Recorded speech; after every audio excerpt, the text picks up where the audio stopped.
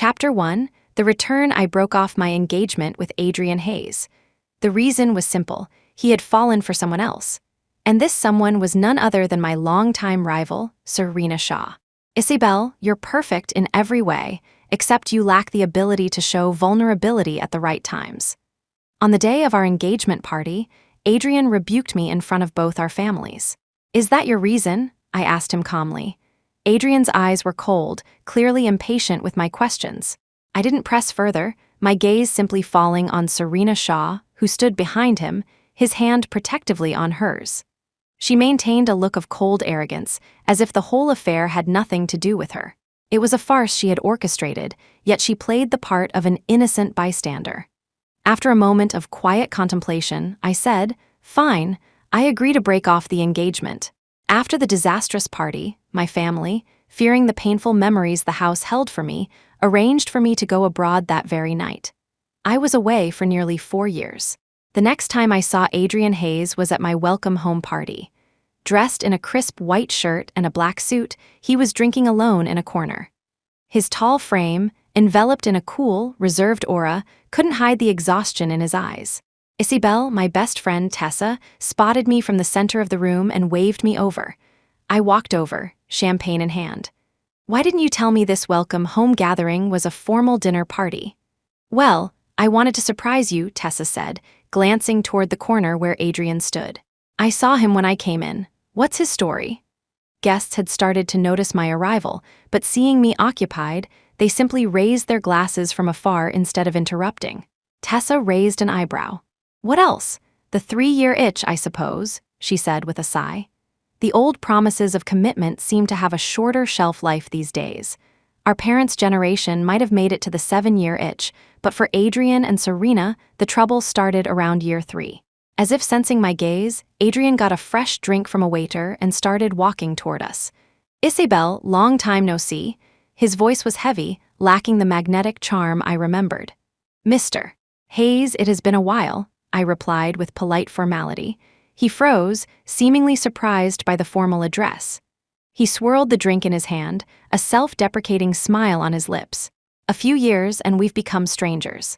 "Where's your wife?" I glanced around but didn't see Serena Shaw. In my memory, wherever Adrien was, Serena was sure to be by his side. Not because she was clingy, but because he insisted on it, as if afraid she would run off the second he looked away. It was strange not to see her at the party. Honestly, I was quite surprised. After all, I had been living a full life abroad, and apart from news about my family and Tessa, I hadn't paid any attention to gossip from back home. Adrien seemed unprepared for my question, his expression stiffening. "She's resting at home." He took a sip of his drink, looking uncomfortable. "Tessa, bring Isabelle over here," an old friend called out from the center of the party. Tessa grabbed my hand and led me away, not even bothering to say goodbye to Adrien. "Tessa, really? What took you so long lingering over there with Isabelle?"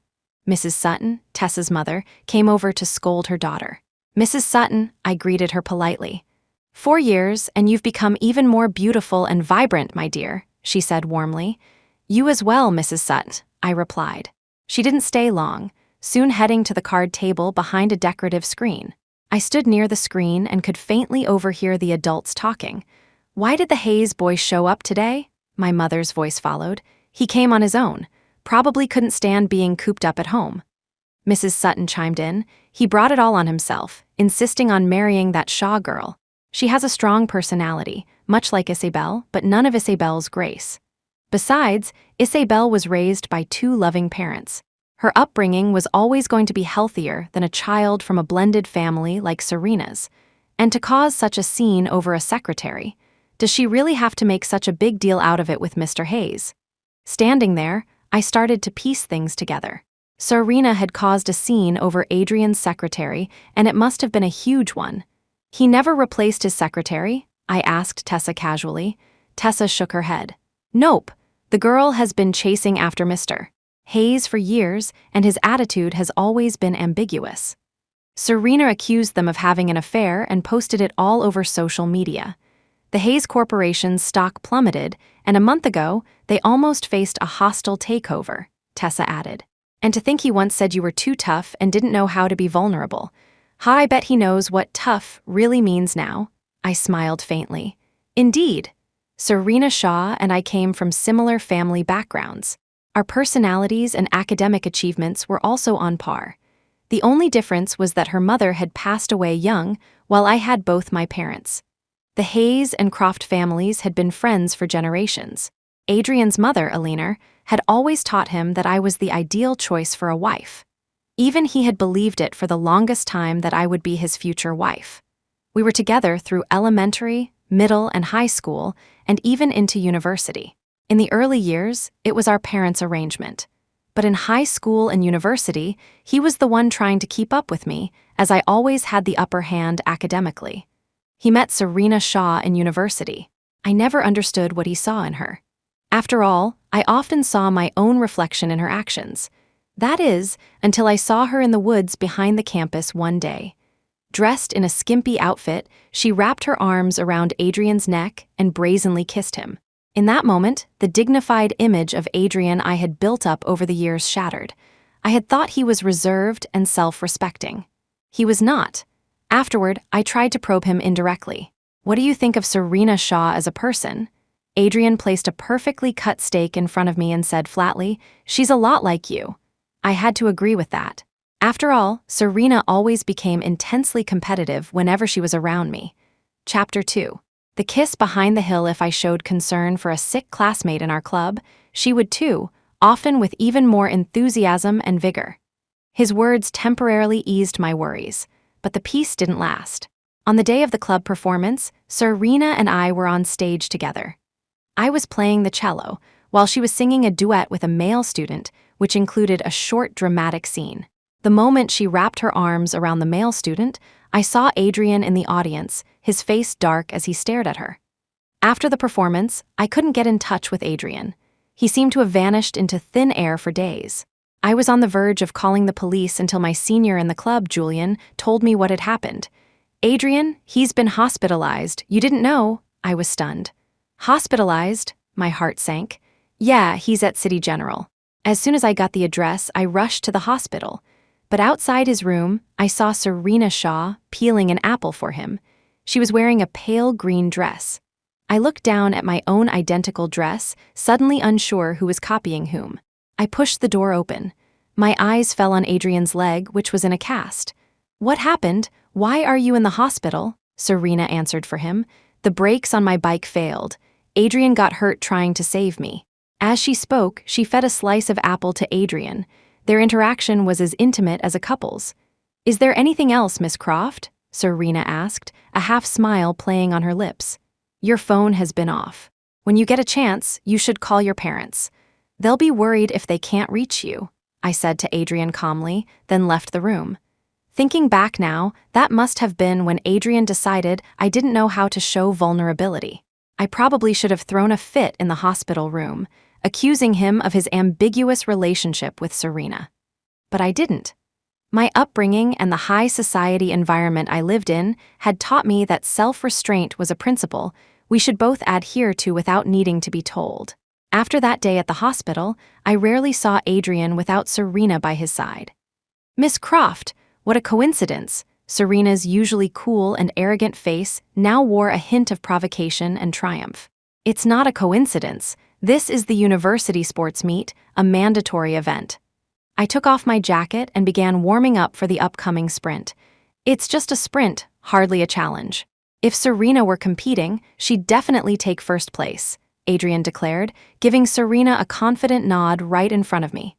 "Perhaps," I said with a polite smile, not wanting to engage. Although Serena came from a prominent family, she hadn't been raised with the same systematic, well-rounded education of the elite. This was likely why she was always trying to imitate me. But without the long-term development in academics, arts, and athletics, there were very few things she truly excelled at. My best friend, Tessa, came up from behind me. If she's so sure she'd win, why didn't she sign up? She wrapped an arm around me and shot a disdainful look at Adrien and Serena.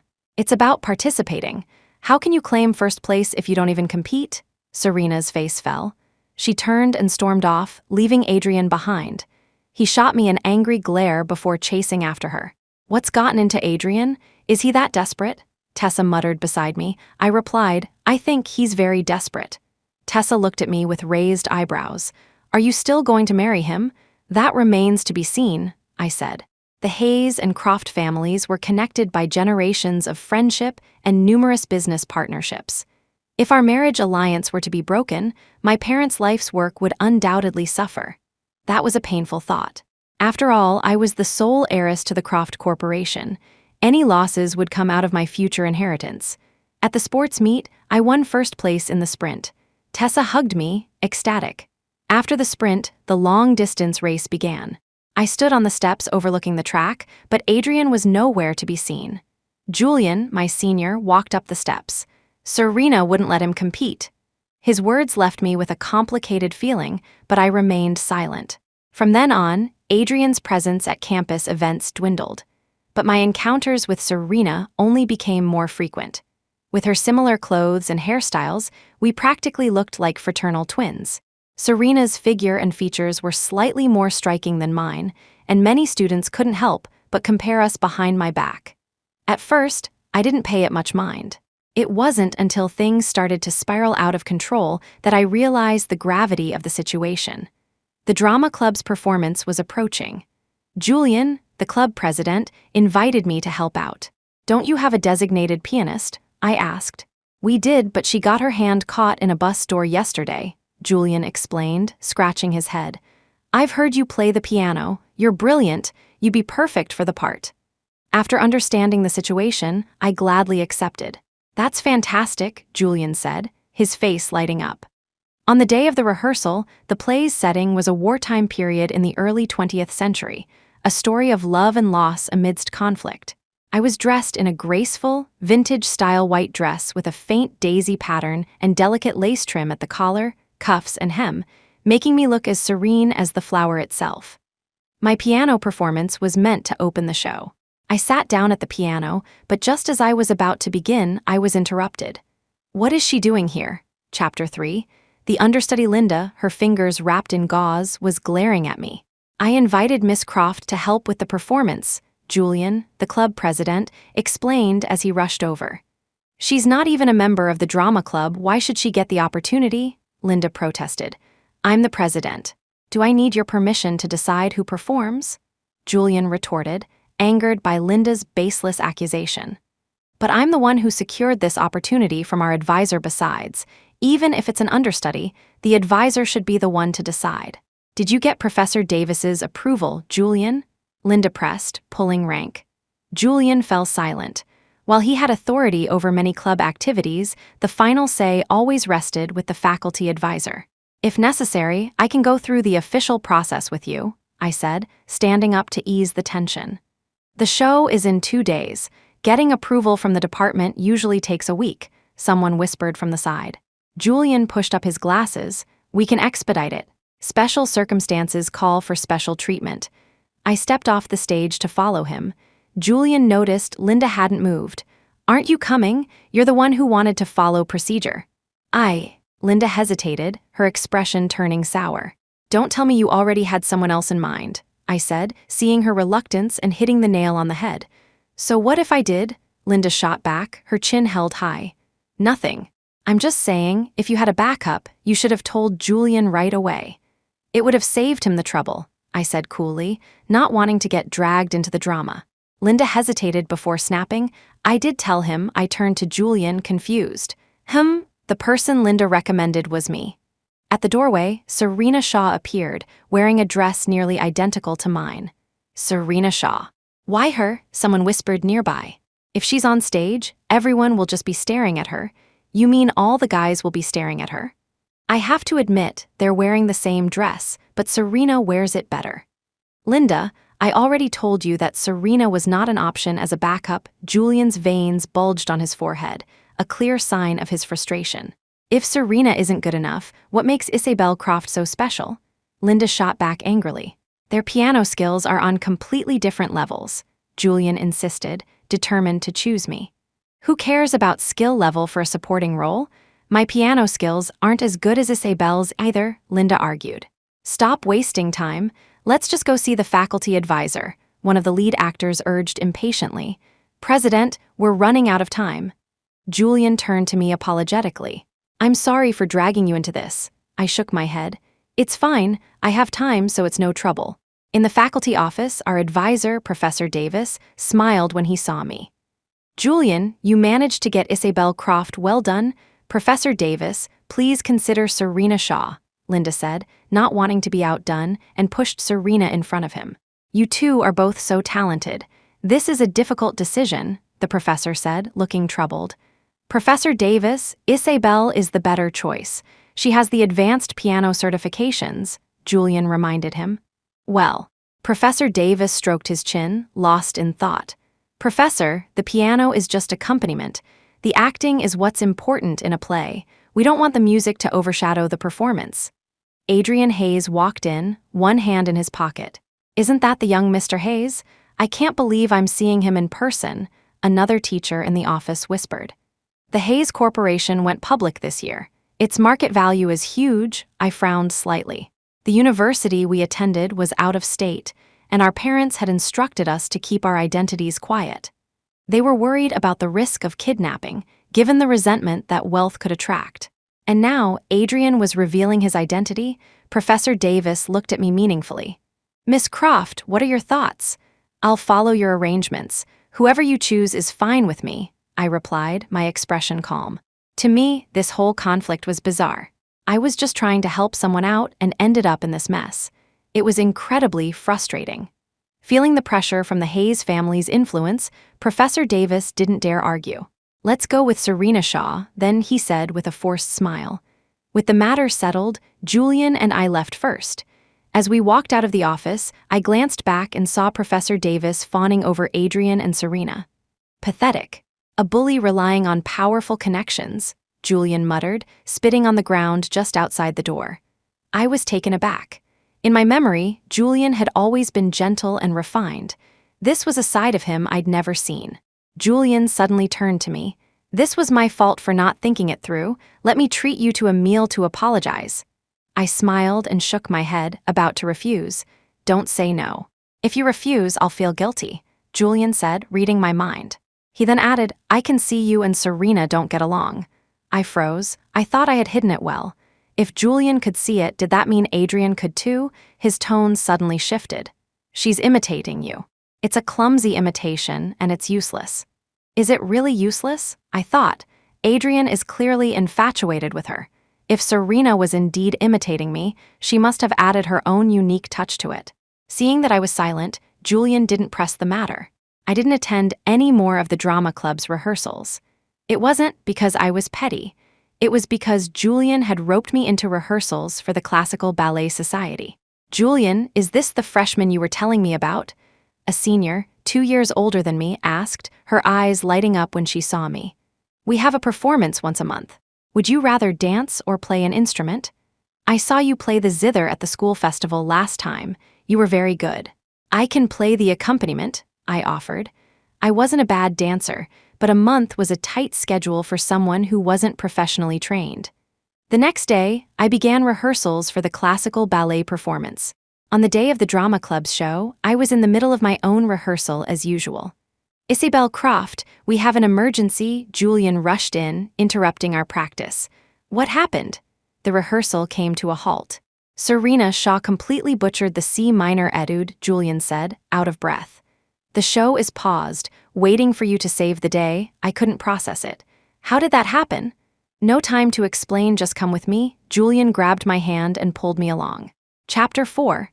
The performance fails. When Julian and I arrived backstage at the drama club, Serena was being shielded by Adrien. Professor Davis stood to the side, his face grim and silent. Isabelle, thank heavens you're here, he said, relieved. Quick, change into your costume. The next scene starts in less than 5 minutes. I followed a club member into the dressing room. Through the door, I could hear the conversation outside clearly. Serena, I really appreciate you stepping in to play, Professor Davis said, his tone polite but strained. It's just that the climax of this piece has a different style than what you're used to. Adrien shot back, a different style. Then why didn't you mention that during rehearsals?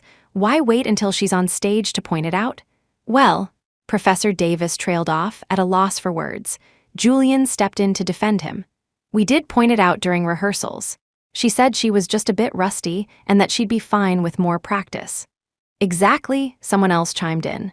Who knew she'd fall apart on stage like that? When I came out in my costume, I saw Adrien raise his hand as if to strike the people who had just spoken. Several girls flinched and stepped back. Isabelle, hurry, a student on stage whispered urgently. I quickly and quietly slipped onto the stage and took my seat at the piano. The stage lights shifted and the melody of the C minor march began to flow. Did they switch pianists? Someone in the front row whispered. This sounds much better. It looks like the same girl. I don't think so. The aura is different. As the piano piece swelled, the whispers from the audience faded away. The lead actors made their entrance and the play began. Isabelle, the play's sponsor, wants to add an impromptu performance and has requested another piece from you. They're offering to pay, a girl came to tell me. After the play, you'll perform a solo. You can pick any piece you like. I nodded in agreement. After the play ended, I performed a rendition of Liebestraum as the finale. Isabelle, you were amazing during the curtain call. Tessa rushed onto the stage with a bouquet of flowers and gave me a huge hug. She whispered in my ear, Serena's piano playing was absolutely atrocious. I looked up and my eyes met those of Serena and Adrien, who had taken seats in the audience at some point. The faculty advisor and the department dean were sitting with them. Dean Goldsmith, Professor Davis, I hope my performance was acceptable, I said, walking over with the flowers. Professor Davis gave me an approving look. Julian was right. Your piano skills are exceptional. Every piece you play feels alive. It's mesmerizing. It's just a matter of practice, I replied modestly, knowing it was mostly polite flattery. You're being too humble, Dean Goldsmith said, shaking his head. I've long heard that the heiress of the Croft Corporation had a masterful command of music from the age of 7 or 8. Seeing it in person is something else entirely. Croft Corporation? Professor Davis froze for a few seconds, still processing, before Julian cut in. Dean Goldsmith, Isabelle has to get to her dance rehearsal. The dean nodded. Of course, go ahead. After a brief farewell, I left with Julian. Behind me, I could hear gasps of surprise and murmurs of indifference. We've been classmates for so long, and I never knew Isabelle was the Croft heiress. So what? Serena Shaw is a Shaw heiress, and Adrien Hayes is the sole son of the Hayes family. This university is full of hidden talents, but I heard the Shaw heiress was raised in the countryside, and her family is a blended one, and that Mr. Shaw's new wife is already pregnant. The voices faded as I walked away, my mind drifting. Isabelle, snap out of it, Julian snapped his fingers in front of my face. I came back to reality, just as we reached the rehearsal room. You're finally back? A senior from the dance club was waiting for me at the door.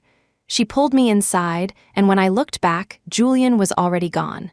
After rehearsal, I ran into Adrien at the entrance. Isabelle, we need to talk. I glanced around but didn't see Serena. Just say it here.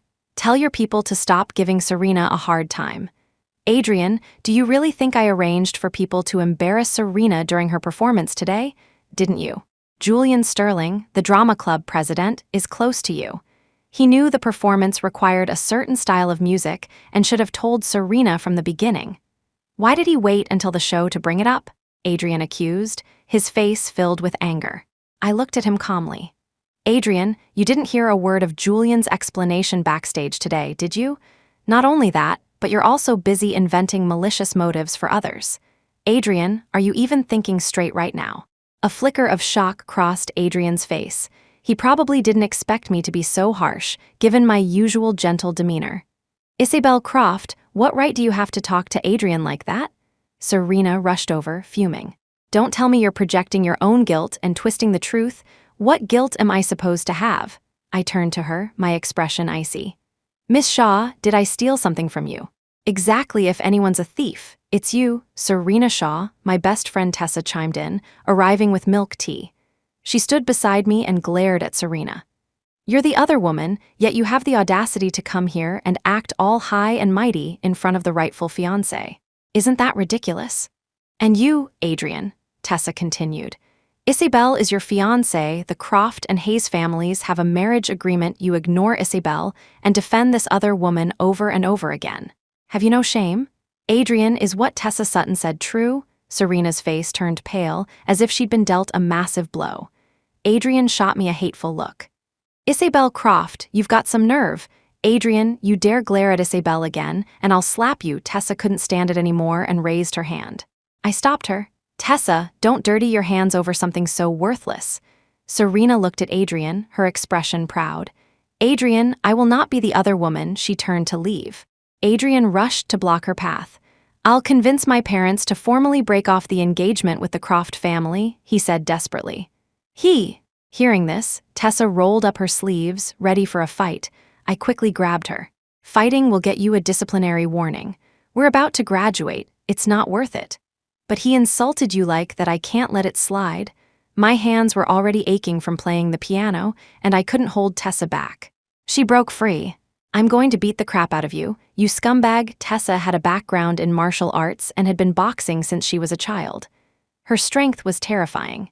In no time, Adrien, who was over 6 feet tall, was losing the fight, his face already bruised. Serena didn't fare much better. Her perfectly applied makeup was smeared, making her look like a drowned rat.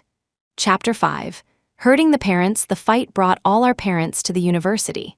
Serena's father, annoyed that she had caused him trouble, showed up, made a brief statement, and left in a huff. Her expression remained proud and aloof, but I could see a hint of helplessness and embarrassment in her eyes. It was well known in our circles that Serena was not favored in the Shaw family. Seeing it firsthand, my parents and Adrien's were stunned. After all, Serena's late mother was the only daughter of the Lynn Furniture Empire's founder. With her mother gone, Serena was set to inherit the company, making her future net worth substantial. Isabelle, this is all Adrien's fault. Please don't hold it against him, Adrien's mother, Eleanor, said to me sincerely. That's right. We only recognize you as our daughter-in-law. His mother and I will not accept anyone else, Adrien's father, Richard, added after reprimanding his son. He's been completely blinded by infatuation, Eleanor exclaimed, glancing at Serena, who was being spoken to by Professor Davis. Dean Goldsmith, it was my poor judgment.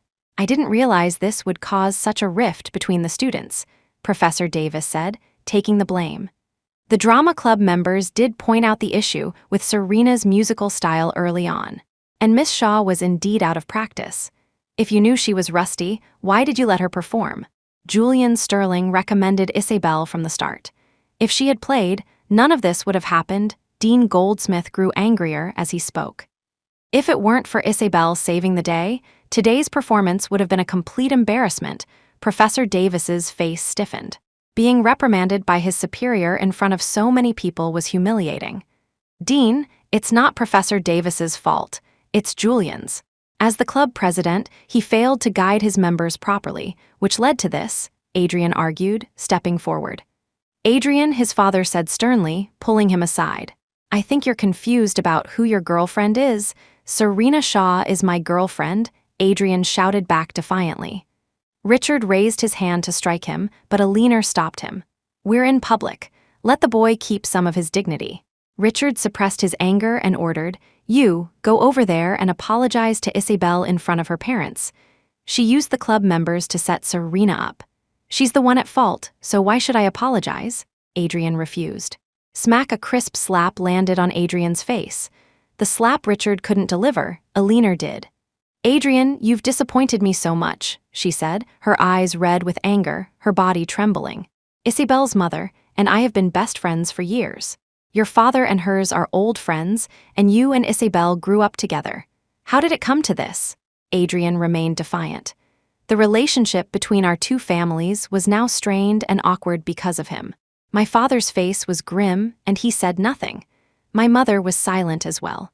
If I had known Adrien would be so unreliable, your father and I would never have arranged this marriage for you, my mother said to me quietly. It's not your fault, I comforted her. I knew my parents had agreed to the match because of their long-standing friendship with the Hayeses. They had hoped for the best, but genetics can be unpredictable. Even the most careful planning can't account for everything. How did the Hayes boy get involved with the Shaw girl? Tessa's uncle, Jeff, asked as he returned from a smoke break on the stairs. He's lost his mind, Tessa chimed in, glaring at the Hayes family. I remember Mr. Hayes was a lot like his son when he was young, Uncle Jeff remarked thoughtfully. Uncle Jeff, how do you know that? I asked, my curiosity piqued. As far as I knew, my parents had always spoken highly of Adrien's parents. Tessa's mother told me, this was before you kids were born, he recalled. The woman was Serena Shaw's aunt, I believe. They had a thing for a while. I doubt Mrs. Hayes knows about it. Tessa and I looked at each other, stunned by the revelation. I turned to my parents. Did you two know about this? They both shook their heads. My mother quickly added, if your Aunt Alina didn't know, how would I? It's all in the past. Best to leave it there, Uncle Jeff said, then looked at Tessa. Your boxing has gotten rusty. Is that all the damage you could do? He was referring to Adrien's bruised face. If I had hit him any harder, my Isabelle would have taken the blame, Tessa said, wrapping an arm around me with a proud grin. I know my limits, good. You're my girl, after all, Uncle Jeff said, ruffling her hair. Then his tone shifted. But next time, you can hit a little harder. If anything happens, your uncle has your back. My parents and I were speechless. I knew the Suttons were straightforward and passionate, but I hadn't realized they were this fearless. A little restraint is good, I said, tugging on Tessa's sleeve. You're my only best friend. I don't want to have to visit you in prison. After all, assault is a crime. Tessa laughed. I have self-control. Don't listen to him. Come on, let's go eat. I've booked a table at a restaurant nearby. Our family left with Tessa and her uncle, laughing and talking. On the way, my mother took a call from Alina. Your Uncle Richard and Aunt Alina are on their way home.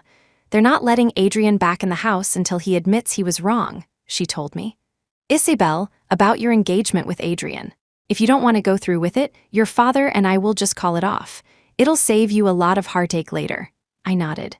Okay. A marriage with a third person involved is like a half-cooked meal unpalatable. Since we weren't officially engaged yet, when my mother called to break it off, Richard didn't argue. Alina, however, cried on the phone. I guess I'm just not destined for this happiness. Catherine is my only best friend, and Isabelle is her only daughter. I just wanted Adrien to marry her so our families could be even closer. Was that too much to ask? Richard couldn't console her, so my mother had to drive to the Hayes' house that night to comfort her. That night, my father stayed with me, as if afraid I would do something drastic. Dad, I'm fine. That Hayes boy is determined to be with the Shaw girl. Your Aunt Alina was so upset she had to be hospitalized, my father told me after hanging up with my mom. I see, I said, my voice calm, without a trace of sadness. I felt surprisingly normal. After all, my relationship with Adrien had always been more of an arrangement between our parents. We had never done anything a real couple would do. We were more like temporary playmates, partners by default. Chapter 6. Fighting over a CD after that night, Richard took a hands-off approach with Adrien. He didn't interfere with his relationship with Serena, but he did cut off his allowance. Adrien was forced to get a part-time job. My life continued as usual. One day, Tessa and I went to a record store to buy the new Michael Jackson album. Unfortunately, there was only one copy left on the shelf. Just one left, I said, looking at Tessa apologetically. We were both die-hard Michael Jackson fans.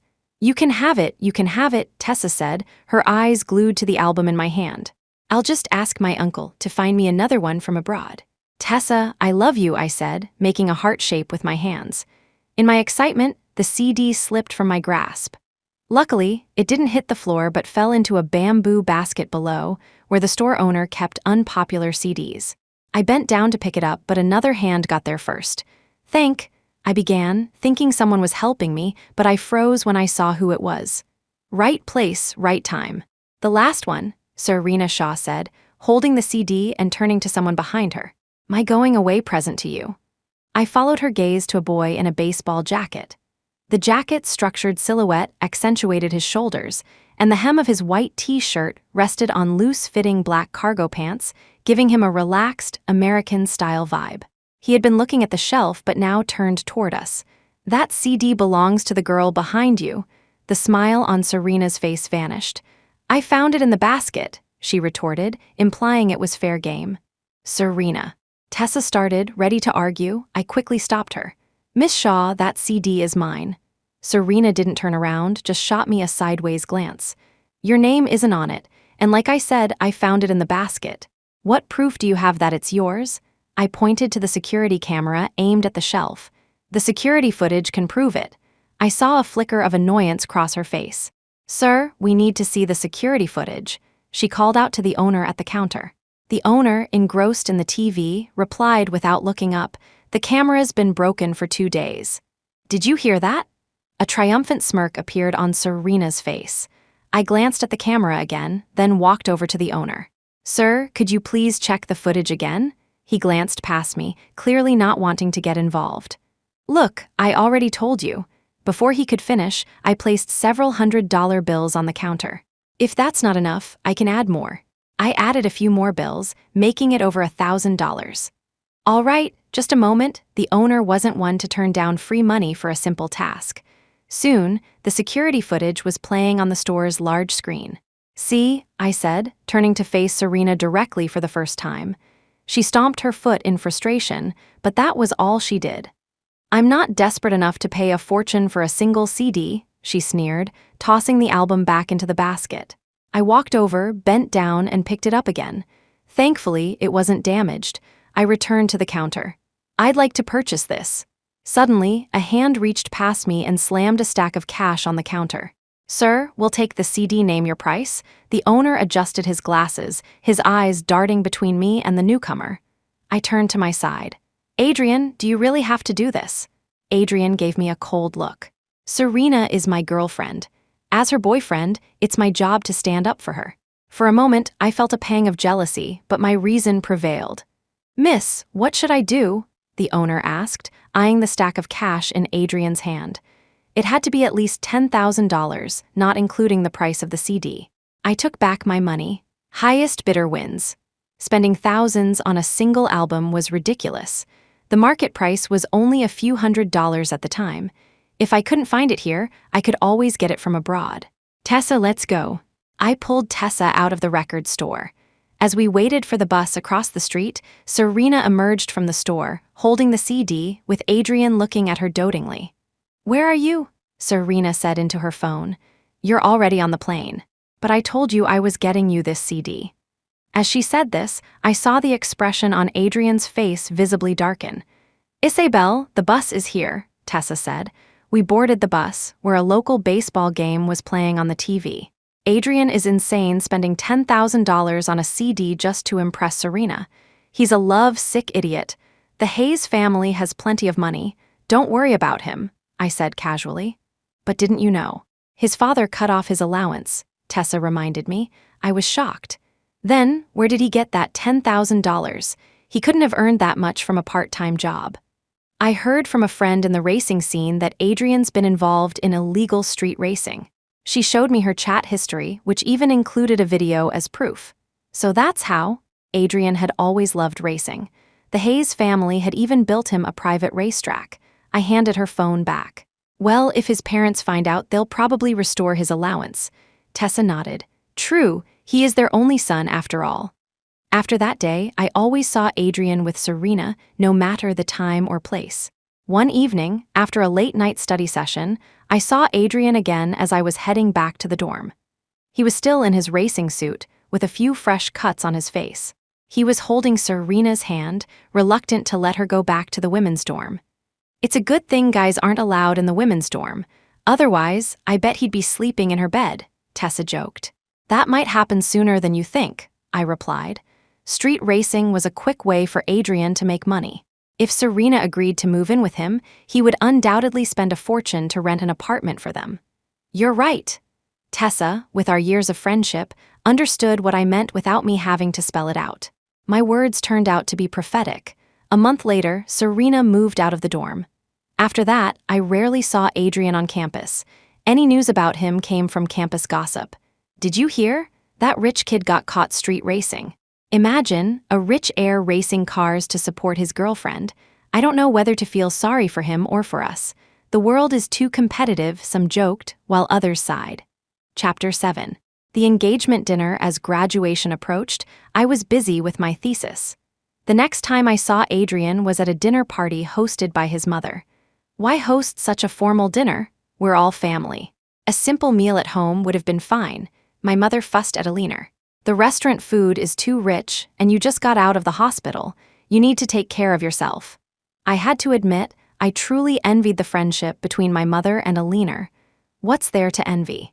You have me, Tessa texted back immediately after seeing a message I posted online. Isabelle Croft, are you implying I'm not a good enough best friend? I was just thinking out loud, what are you getting at? I'll save you some food from the party when it's over, okay? Tessa, you'd better. I put my phone away as the food arrived. Just as I was about to eat, the private room door opened again. Dad, Mr. Hayes. I looked up at my mother, confused. I had thought this was just a dinner for her and her best friend, but it turned out to be a gathering of both families.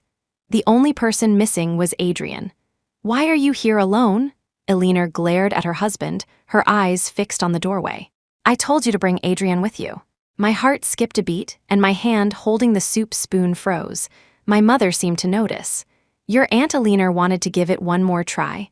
Apparently, Adrien broke up with that Shaw girl a while ago. Broke up. I was filled with questions. You knew he was street racing for her, didn't you? My mother knew me too well. I nodded. I'd heard a little. Are you going to ask me why I didn't say anything? My mother was silent. Adrien is an adult. He knows what he's doing. Besides, we're not in a relationship anymore. As just a friend, I don't hold any special place in his life, I said, stirring my soup slowly. And I don't get along with Serena. If he got violent with your daughter over something I said, wouldn't you be heartbroken? My mother sighed heavily and squeezed my hand. If he dared, your father and I would never let him get away with it, I replied. I never doubted my parents' love for me. This dinner is really about Adrien's attitude. If he's changed, would you still be willing? My mother asked. Mom, I don't think this will work, I answered rationally.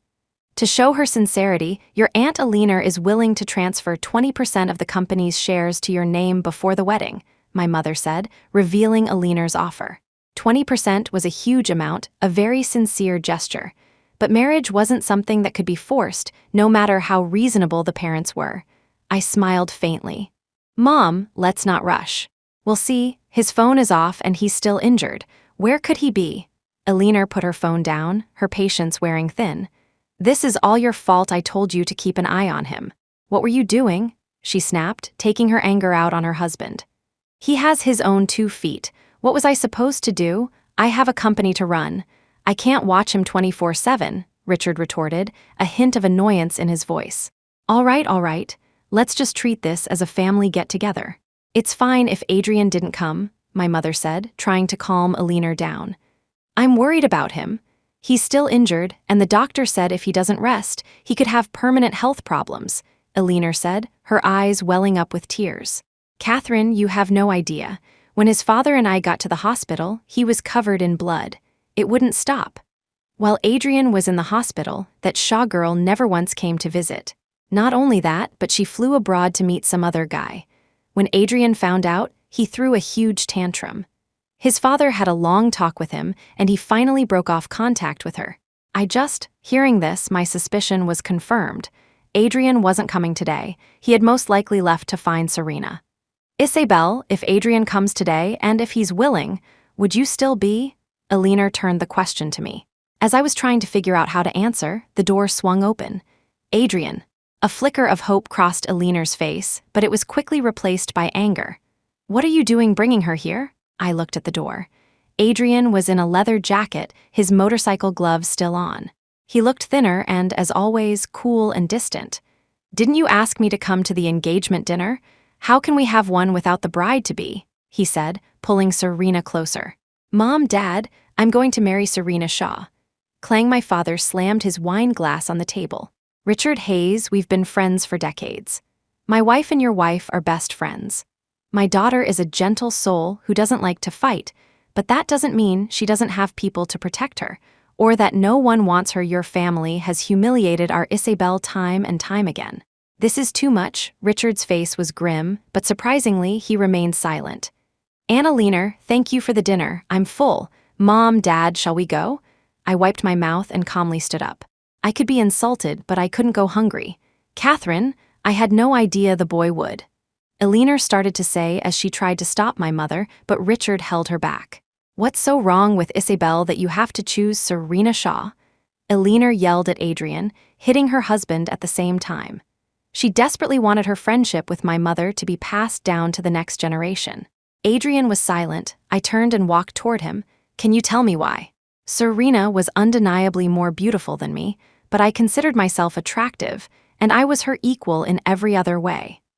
Especially since she was always trying to imitate me, a fact Adrien himself had admitted.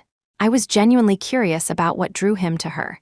Adrien tightened his arm around Serena, his voice hoarse. Isabelle, you're perfect in every way, but you lack the ability to show vulnerability at the right times. The ability to show vulnerability. The image of Serena wrapping her arms around his neck and kissing him flashed through my mind. Then, the memory of her, knowing her piano skills were lacking, still going on stage, only to be criticized and then nestling in Adrien's arms, half proud, half aggrieved. Is that your reason? Adrien gave me a cold look and said nothing more. Chapter 8. The break. My thoughts returned to the present. My voice was calm. In that case, I agree to dissolve the marriage agreement between our families. With that, I turned and left the room with my parents. As the door closed, I heard the sound of things breaking and angry shouts from inside. If you want her in this family, it will be over my dead body. And you, Richard Hayes, why didn't you say anything? Don't think I don't know what you're up to. You used to be in love with that little bitch's aunt. She looks just like her. You couldn't have her, so now you want your son to fulfill your dream? I froze. I couldn't understand how Anna Lehner had found out about that so quickly. Our social circle is small. After the news about Adrien and Serena got out, people started gossiping. There are no secrets in this world, my mother explained. I sighed. It was all a cycle of cause and effect, with clear signs all along. After that dinner, my parents arranged for me to go abroad ahead of schedule. I had already completed all my university courses and just needed to finish my thesis. Fortunately, within a week of arriving in a new country, my thesis was approved, and my advisor allowed me to defend it online. One day, I had just finished a video call with my advisor at a cafe when Tessa called. Are you really not coming back for the graduation photos? She asked, her voice filled with disappointment. My parents said I shouldn't come back for now. They threatened to confiscate my passport if they have to drag me back themselves. I knew they were just trying to protect me, probably worried that another encounter with the Hayes family would be too much for me. Maybe it's for the best. It would save you the humiliation. That scumbag Adrien slept with Serena, and I heard she's pregnant. Tessa ranted on the other end of the line. I didn't say anything. Not because I was upset, but because I was thinking about how they had been living together for a while. It's not surprising that she's pregnant, I said calmly. They were living together, sleeping in the same bed. It would be more surprising if she wasn't. I vaguely remembered hearing gossip that after the Shaw family found out Serena had a man supporting her, they cut her off financially. Adrien's street racing wasn't just to cover his own expenses. It was to pay for their rent and living costs. For a young man used to a life of luxury, it must have been a struggle. And Serena was a big spender too. Only he knew how hard it was to earn that money. Isabelle, are you sad? Tessa asked softly, sensing my silence. What do you think? I countered. Well, Isabelle, to be honest, I don't think you were ever that invested in Adrien, Tessa replied. After a moment of silence, I said slowly, we never officially started. Adrien and I were childhood friends at most. My feelings for him were more out of habit than anything else, and it was the same for him. This time, it was Tessa's turn to be silent. I always thought you two were dating. She finally mumbled. We never confessed our feelings to each other. How could we have been dating? I asked. Then why didn't you ever date anyone else? Tessa asked after some thought. That's a question I've been asking myself lately, I admitted. And do you have an answer? She asked. Not yet. Let's not talk about this. Since you can't come back, I'll just tell the professor to Photoshop you into the pictures, Tessa said dejectedly. I was really looking forward to taking a photo with you. It's all that bastard Adrien's fault, she blamed him. Tessa, it wasn't meant to be between us. You can't force matters of the heart, I said, trying to calm her down. Tessa then said, well, as soon as my thesis is approved, I'm flying over to see you. Okay, I'll be waiting for you, I promised. Oh, and remember to bring me snacks from the campus convenience store. I'm craving them. Hearing my request, she immediately perked up. Okay, I'll buy out the entire store for you that evening. After the last of the party guests had left, Tessa and I saw them off. "I'm staying at your place tonight," she said, clinging to me like glue. "All right, I'll ask my mom to get an extra blanket." She was a restless sleeper and always ended up hogging the covers. "Tessa, let's go," her mother called from the courtyard. "I'll be right back," she said, letting go of me and running off. I was about to go back inside when I noticed someone standing in the gazebo in the east corner of the courtyard. The red tip of a cigarette glowed in the dark. Seeing me look over, he dropped the cigarette and walked toward me. As he got closer, I realized it was Adrien. "Everyone else has left. Why are you still here?" I asked. "I wanted to talk to you in private," he said in a low voice. "Isabelle, I'm ready for bed," Tessa's voice called from behind me. "Maybe some other time. I'll be back eventually, so we'll have a chance," I said calmly, then turned and walked away. The first time back in the country in 4 years meant I had to visit the elder Hayeses. My mother couldn't bear to let her friendship with a leaner fade. "What were you two talking about?" Tessa asked, grabbing my arm, her tone and gaze suspicious. "Nothing. I didn't realize it was him at first, so I lingered for a moment." It was the truth. I hadn't recognized him in the dark, and by the time I did, he was already standing in front of me. "Has your nearsightedness gotten worse?" she asked, reaching for my glasses. Before I could react, she had taken them. My vision instantly blurred. "Whoa, I can't," Tessa said, putting them back on my face after only a second. "The world is spinning. Your prescription has definitely gotten stronger. It never used to be this bad." Then she changed the subject. "Speaking of which, you've been doing research abroad. Have you ever thought about coming back to continue your work here, to contribute to the country?" "I've been thinking about it for a year now," I replied. "But the time isn't right yet." "Don't make me wait too long," Tessa said, her eyes shining with excitement. Then she muttered, "Long-distance friendships are so hard. I don't want to maintain our friendship through phone calls anymore. Just be patient a little longer." "I'll be back when I've finished my studies," I said, pinching her cheek.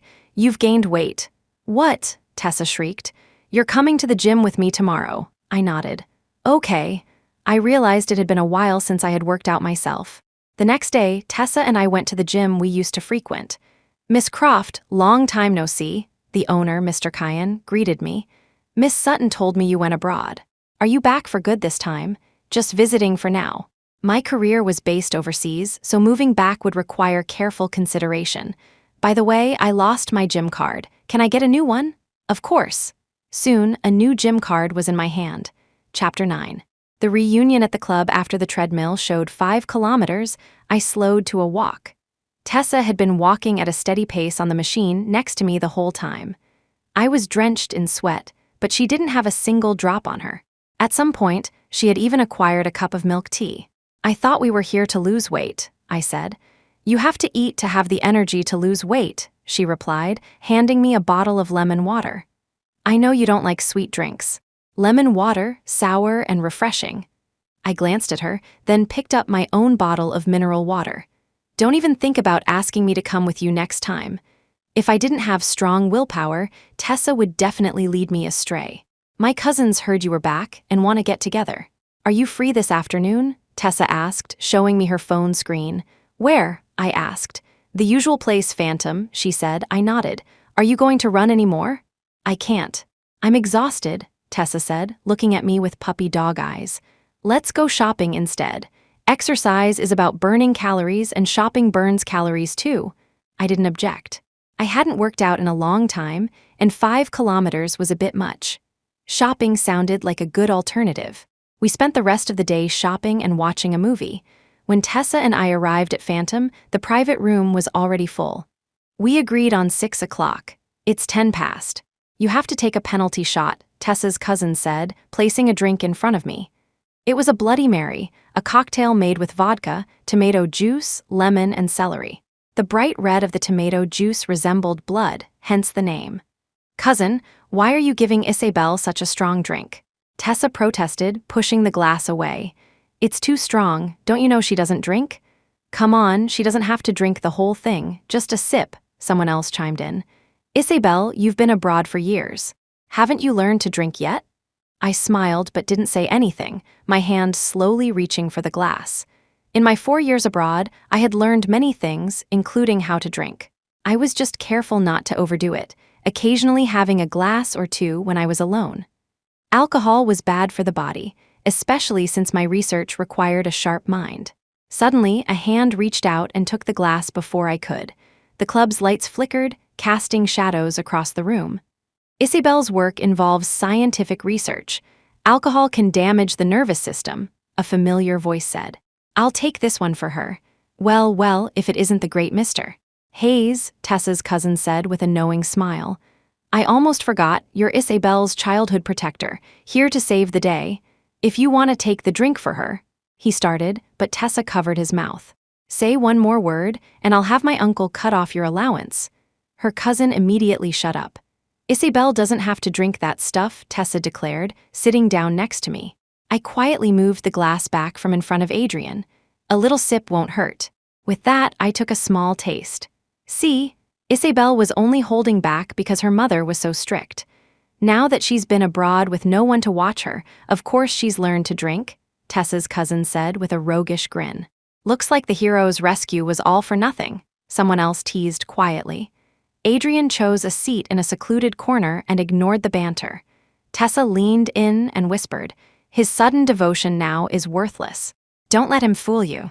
My hand, which had been reaching for the drink, froze. I looked at her in horror. Is that what you think of me? Where did I give you the impression I was some long-suffering heroine, waiting for him to come back to his senses? Tell me, and I'll change it right now, I finished, my voice trembling with a hint of a sob. Just because Adrien made one small gesture, I'm supposed to fall at his feet? Tessa pouted. I was just trying to remind you. Don't get so worked up, there's no need. We never officially dated, so there was nothing to end. This isn't some grand, belated romance. I took another sip. It was strong, fiery, even. Knowing my limits, I didn't dare take a third. But seriously, since you're not interested, you should be careful now that you're back, Tessa whispered again. I was confused. What do you mean? There's a rumor going around that Adrien might actually divorce Serena, she said. So, I was still puzzled. I'm worried he'll come after you, Tessa said, rolling her eyes. Doesn't he have his secretary? I pursed my lips, feeling a little lightheaded. The secretary is the one chasing him. He already made a huge mistake with Serena. He's not going to do it again, Tessa said, sounding like an expert storyteller. I pinched her cheek. You know, you have a real talent for drama. I'm serious. You, on the other hand, have spent too much time in a lab. Don't let your brain turn to mush, she said, poking my forehead. I used to think you were so sharp, but now, as your best friend, I'm genuinely worried about you. I swatted her hand away. Relax. Adrien is not my type. 4 years ago, maybe there was a spark of youthful infatuation, but now it was impossible. Good, but speaking of that secretary, wow, she's even more shameless than Serena, Tessa complained. During my first year abroad, my parents often traveled back and forth to visit me and make sure I was really okay. I had heard them talk about Adrien's secretary. Serena had gotten pregnant before they were married, which finally convinced Alina to let them wed Adrien, return to the family, and took over the Hayes Corporation from his father. The secretary, Vanessa, was hired around that time. She was a top graduate from a prestigious business school, and she bore a slight resemblance to Serena. She wasn't exactly prim and proper, but she wasn't outrageous either, and she had a much livelier personality than Serena. With Vanessa's help, Adrien managed to overhaul the company multiple times shortly after taking over, even cleaning up some of the messes left by his father. Richard was also very impressed with her. Serena's insecurity likely began to grow around then. She apparently tried to surprise Adrien on his business trips with Vanessa, hoping to catch them in the act. She failed multiple times, but eventually she succeeded. Adrien was drunk, and Vanessa had helped him back to his room. Whether he mistook her for someone else or was emboldened by the alcohol, when Serena used a keycard from the front desk to get in, she found them locked in a passionate kiss. Vanessa's skirt was hiked up to her waist, and Adrien was clearly at the point of no return. The shock was too much for Serena, and she ended up losing the baby. Chapter 10. The secretary takes control. After the incident, Adrien transferred Vanessa to another department. Serena wasn't satisfied and insisted he fire her. Adrien refused, claiming Vanessa was essential to a major project at the corporation. My father mentioned during a visit that Vanessa was exceptionally skilled. If she left the Hayes Corporation, she would be snapped up by another company in an instant. If she ended up at a competitor, it could be a devastating blow to the Hayes Corporation, possibly even leading to a change in ownership. With the backing of both Adrien and his father, Vanessa was secure. After losing the baby, Eleanor's attitude toward Serena turned ice cold. Under the double strain, Serena's emotional state grew increasingly unstable. Compounded by her unhappy family background, her personality became extreme. This led to her publicly accusing Adrien and Vanessa of having an affair, causing the company's stock to plummet and nearly resulting in a hostile takeover. I used to think Adrien truly loved Serena. Before I heard about the affair with Vanessa, I had even seen him as a great romantic figure. I thought his feelings for me had simply lacked that special spark. For a while, I even admired him for his passion. Who would have thought that the same fiery love Adrien once had for Serena could one day burn out? Life is unpredictable, and people change. Just then, someone shouted, "Mr. Hayes, your wife is here." The tone was clearly filled with amusement. Click. As the door to the private room opened, my inner gossip columnist stirred with anticipation. Following everyone's gaze, I saw Serena standing at the entrance. She was dressed in expensive, stylish clothes, but her long hair had been cut short. Her small, delicate face had lost its former radiance. Her eyes were filled with a weary resentment that made her look harsh. It was difficult to reconcile this woman with the cool, arrogant Serena from 4 years ago. "I told you I was just meeting up with some friends," Adrien said, downing his drink in one gulp, his voice laced with irritation. Serena's eyes scanned the room before landing on me. "Friends? Since when are you and Miss Croft and Miss Sutton such close friends?" There were other women in the room, but she probably only recognized me and Tessa. "Professor Croft is back in the country for a visit, so a few of us old friends decided to get together," Tessa's cousin said, clearly enjoying the drama. "Professor," Serena repeated the word, a flicker of emotion in her tired eyes. "I never thought you, Isabelle Croft, would become a professor." I gave a slight smile but said nothing. Serena was a smart woman. If she hadn't spent the last 4 years focusing on Adrien and had instead pursued her studies or a career, her life would be very different now. She would be much more than just a wealthy man's wife in name only. It just goes to show how important personal choices are. One wrong step can lead to a lifetime of mistakes until you find yourself in an abyss. "And you're not doing so bad yourself, Mrs. Hayes," Tessa said with a cold sneer. Her grudge against Serena had likely started the day Adrien defended her by insulting me. Serena's lips tightened, and her hands, hanging at her sides, clenched into fists. I expected her to lash out, but she didn't. "Your mother asked me to come and get you. Are you coming home or not?" Adrien's brow furrowed, his voice sharp. "Serena, you're the one being paranoid. Stop using my mother as an excuse," I frowned. This side of Adrien was, frankly, a new low. "If you weren't cheating, would your wife need to keep tabs on you?" I said, my voice cutting through the tension as I gently tapped my glass. The room fell silent. I continued, the light tapping of my finger on the glass the only sound. "Mr. Hayes, a real man takes responsibility for his actions. When you make a mistake, you own up to it. Do you really need someone to teach you that?" Well, 4 years abroad have really changed you," Tessa's cousin said, leading a few other rich kids in a new round of spectating. "When you broaden your horizons, you're bound to change. You can't just get older without getting wiser," I retorted, shooting him a cold look. Tessa's cousin was even more of a playboy than Adrien had been 4 years ago, and it had only gotten worse. He rubbed his nose sheepishly. In the corner, Adrien's face had turned dark from my words.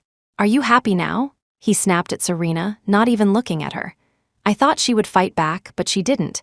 It was clear that 4 years of marriage had worn away her spirit. Because Serena exposed Adrien's affair, the Hayes family blamed the Shaw family for the company's stock losses. A young man sitting near me and Tessa whispered. I was stunned. "They could do that?" "And the Shaw family agreed?" I asked. "When Serena married into the Hayes family, Mr. Shaw used her to secure several business deals with them," he explained. "One of those deals was a trap set by the Hayeses." He paused, then added, "Well, not exactly a trap, more like a risk transfer. It was probably Richard Hayes' idea. The drop in the Hayes Corporation's stock directly affected that project, and the Shaw family was caught in the middle. Mr. Shaw tore into Serena and even threatened to have her mother removed from the family cemetery. I understood. It was a chain reaction. They were all tied together. If one went down, the other couldn't escape. This was the first I had heard of it. It was hard to say who was right or wrong.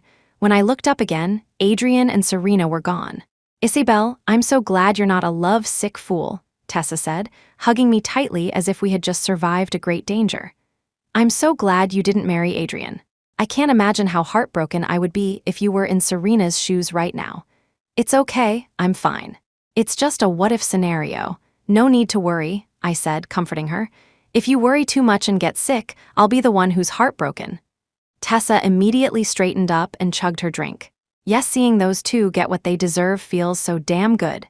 Chapter 11. Aunt Aliner's invitation, I was in my study, looking for 2 old, historically valuable chemistry notebooks I had collected over the years. I had found them in an antique shop, thinking they were just old books. It wasn't until I was studying abroad that I realized they were chemistry notes from over a century ago. The content was still relevant today, but the publicly available copies were blurry and illegible, meaning many details had to be painstakingly recreated through experiments, a costly and time-consuming process. "Your Aunt Aliner has invited me and a few other ladies for a game of cards. She said I should bring you along," my mother said, on the phone with her. I was on a stepladder, holding a yellowed, leather-bound notebook whose pages looked ready to fall out. "I don't play cards. What would I do there? Besides, with the history between me, her son, and her daughter-in-law, won't it be awkward if we run into them at her house?" That's what I thought, but your Aunt Aliner insisted they wouldn't be there. "Just us old friends. She also said she hasn't seen you in years and really wants to." Snap. I closed the notebook firmly. "Mom, do you really believe that flimsy excuse? If Aunt Aliner really wanted to see me, why didn't she come to our house?" After 4 years abroad, my personality had changed. As my mother put it, 4 years abroad, and you've come back completely cynical. The truth was, I had always been this way. I just used to hide it better. Now, I realized that some things needed to be said out loud to avoid future trouble. Take Adrien and me, for example. For a while, I wondered what would have happened if I had told him I liked him back then, or if I had flatly refused our parents' arrangement. Maybe we wouldn't have ended up on such bad terms. We could have at least remained decent childhood friends, like a neighborly big brother, but life is unpredictable. "So you're not going?" my mother asked, still hopeful. "Mom, your friendship with Aunt Aliner pretty much ends with my generation and Adrien's." I stated my position clearly. "Fine, have it your way," my mother sighed, finally giving up and deciding to go alone. I found several useful but overlooked experimental details in the notebook. I transcribed them, took a photo, and sent it to my advisor.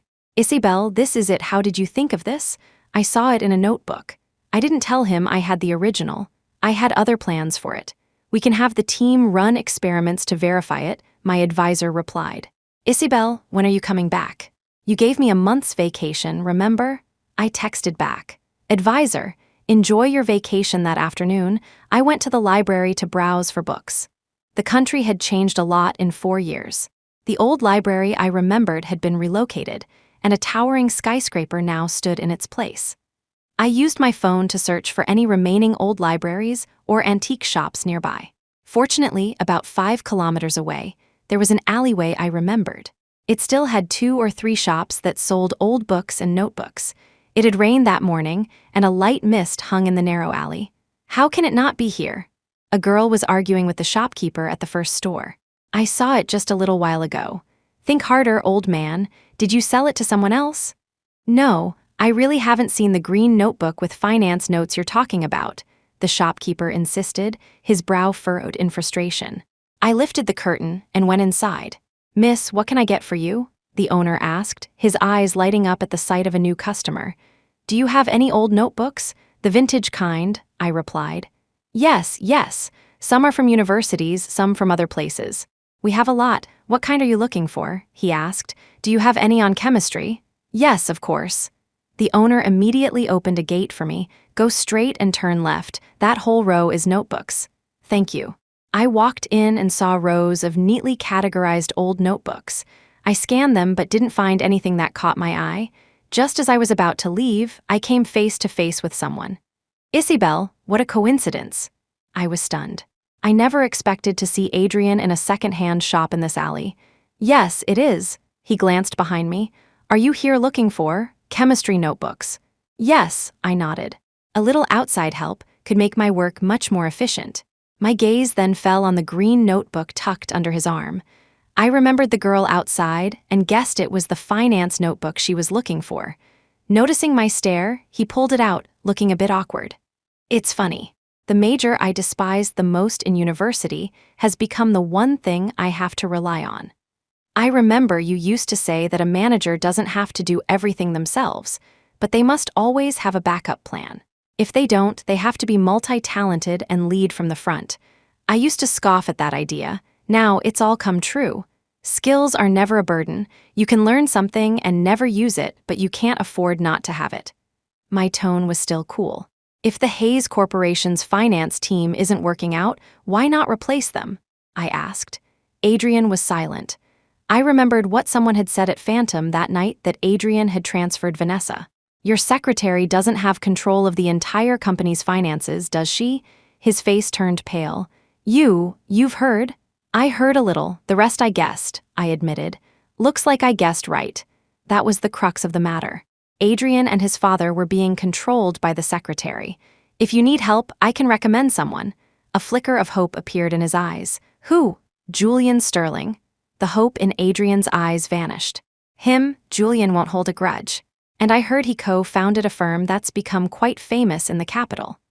You need a reliable finance team, and Julian is the right person for the job, I said, taking Julian's business card from my wallet. He gave this to me when I ran into him abroad 3 months ago. If you feel awkward, you can say I recommended you. He took the card. Thank you. I have to go. With that, I turned and left. The shopkeeper saw me leaving empty-handed. Miss, didn't you find anything you liked? Not this time, I replied. The gray sky began to drizzle again. I took a spare umbrella from my bag and walked down the alley. The second shop was closed, and the third was nearly empty. I continued on, and a few hundred meters later, I reached a deserted street. Just as I was about to step off the curb, an SUV pulled up in front of me. Miss Croft, our madam would like to see you, the driver said, getting out to block my path. The car window rolled down, and Serena Shaw's face came into view. If you have something to say, just say it, I said, not intending to get in her car. Given her current mental state, I wasn't about to take any risks. Heth, is the great Professor Croft afraid of me? She sneered, as if she had won some victory. Chapter 12. A night at the Hayes mansion, I replied casually, I just don't want to get mixed up in any drama. Your mother is at the Hayes mansion, Serena said, dropping the pretense of politeness. My mother and Aunt Alina are best friends. It's normal for them to see each other. Before I could finish, she shot back, but Mrs. Croft hasn't set foot in the Hayes mansion in 4 years. I was a little surprised. My mother had never mentioned that to me. Well, there was some awkwardness between our families. It's understandable, I said. But she was willing to visit today, Serena added, her voice cold and slightly agitated. They've been best friends for decades. The disagreements between their children can't erase their lifelong friendship. If the children can move on, so can they, I said, my tone light. Serena's expression faltered. My words were like a punch landing on cotton, completely ineffective. If there's nothing else, I'll be on my way. I had no desire to get involved in her and Adrien's relationship drama. I only had a month of vacation, and I wasn't going to waste it on pointless arguments. Seeing my firm stance, Serena didn't press the issue. A moment later, she rolled up the window and drove away. That night, my mother didn't come home from the Hayes mansion. I had a video call with her. Your Aunt Alina isn't feeling well. I want to stay and keep her company. Make sure Joseph stays at the Hayeses too, I said after a moment of thought. Okay. And try to get him a room next to yours, I added. Joseph was our family's driver. He was a veteran who had served with my father. An orphan with no family to turn to after his service, my father had brought him into our home. Joseph was incredibly grateful and knew his place. My mother often called him her big brother, and he truly treated her like a younger sister.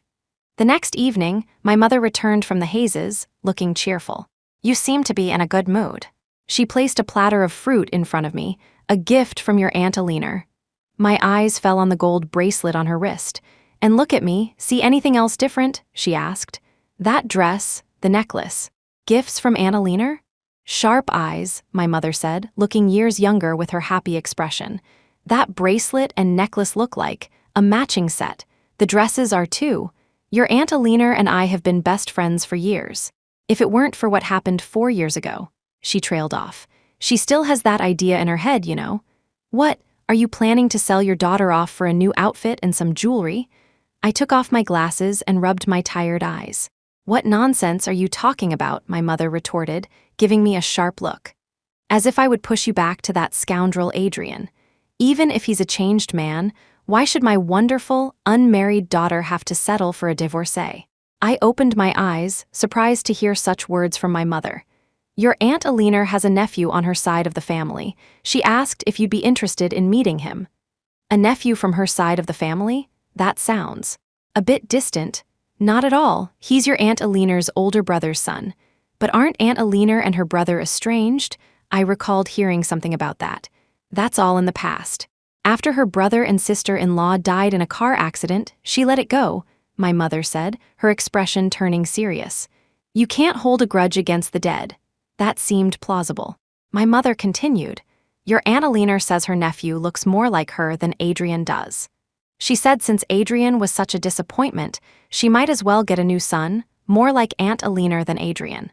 My curiosity was piqued. Adrien was already handsome enough to be mistaken for a girl. I couldn't imagine what his cousin looked like. So, will you meet him? My mother asked, sensing my interest. All right. With the way you're talking, if I say no and Aunt Alina develops some new anxiety over it, I'll be the one to blame, I joked. Please, if you want to see a handsome man, just admit it.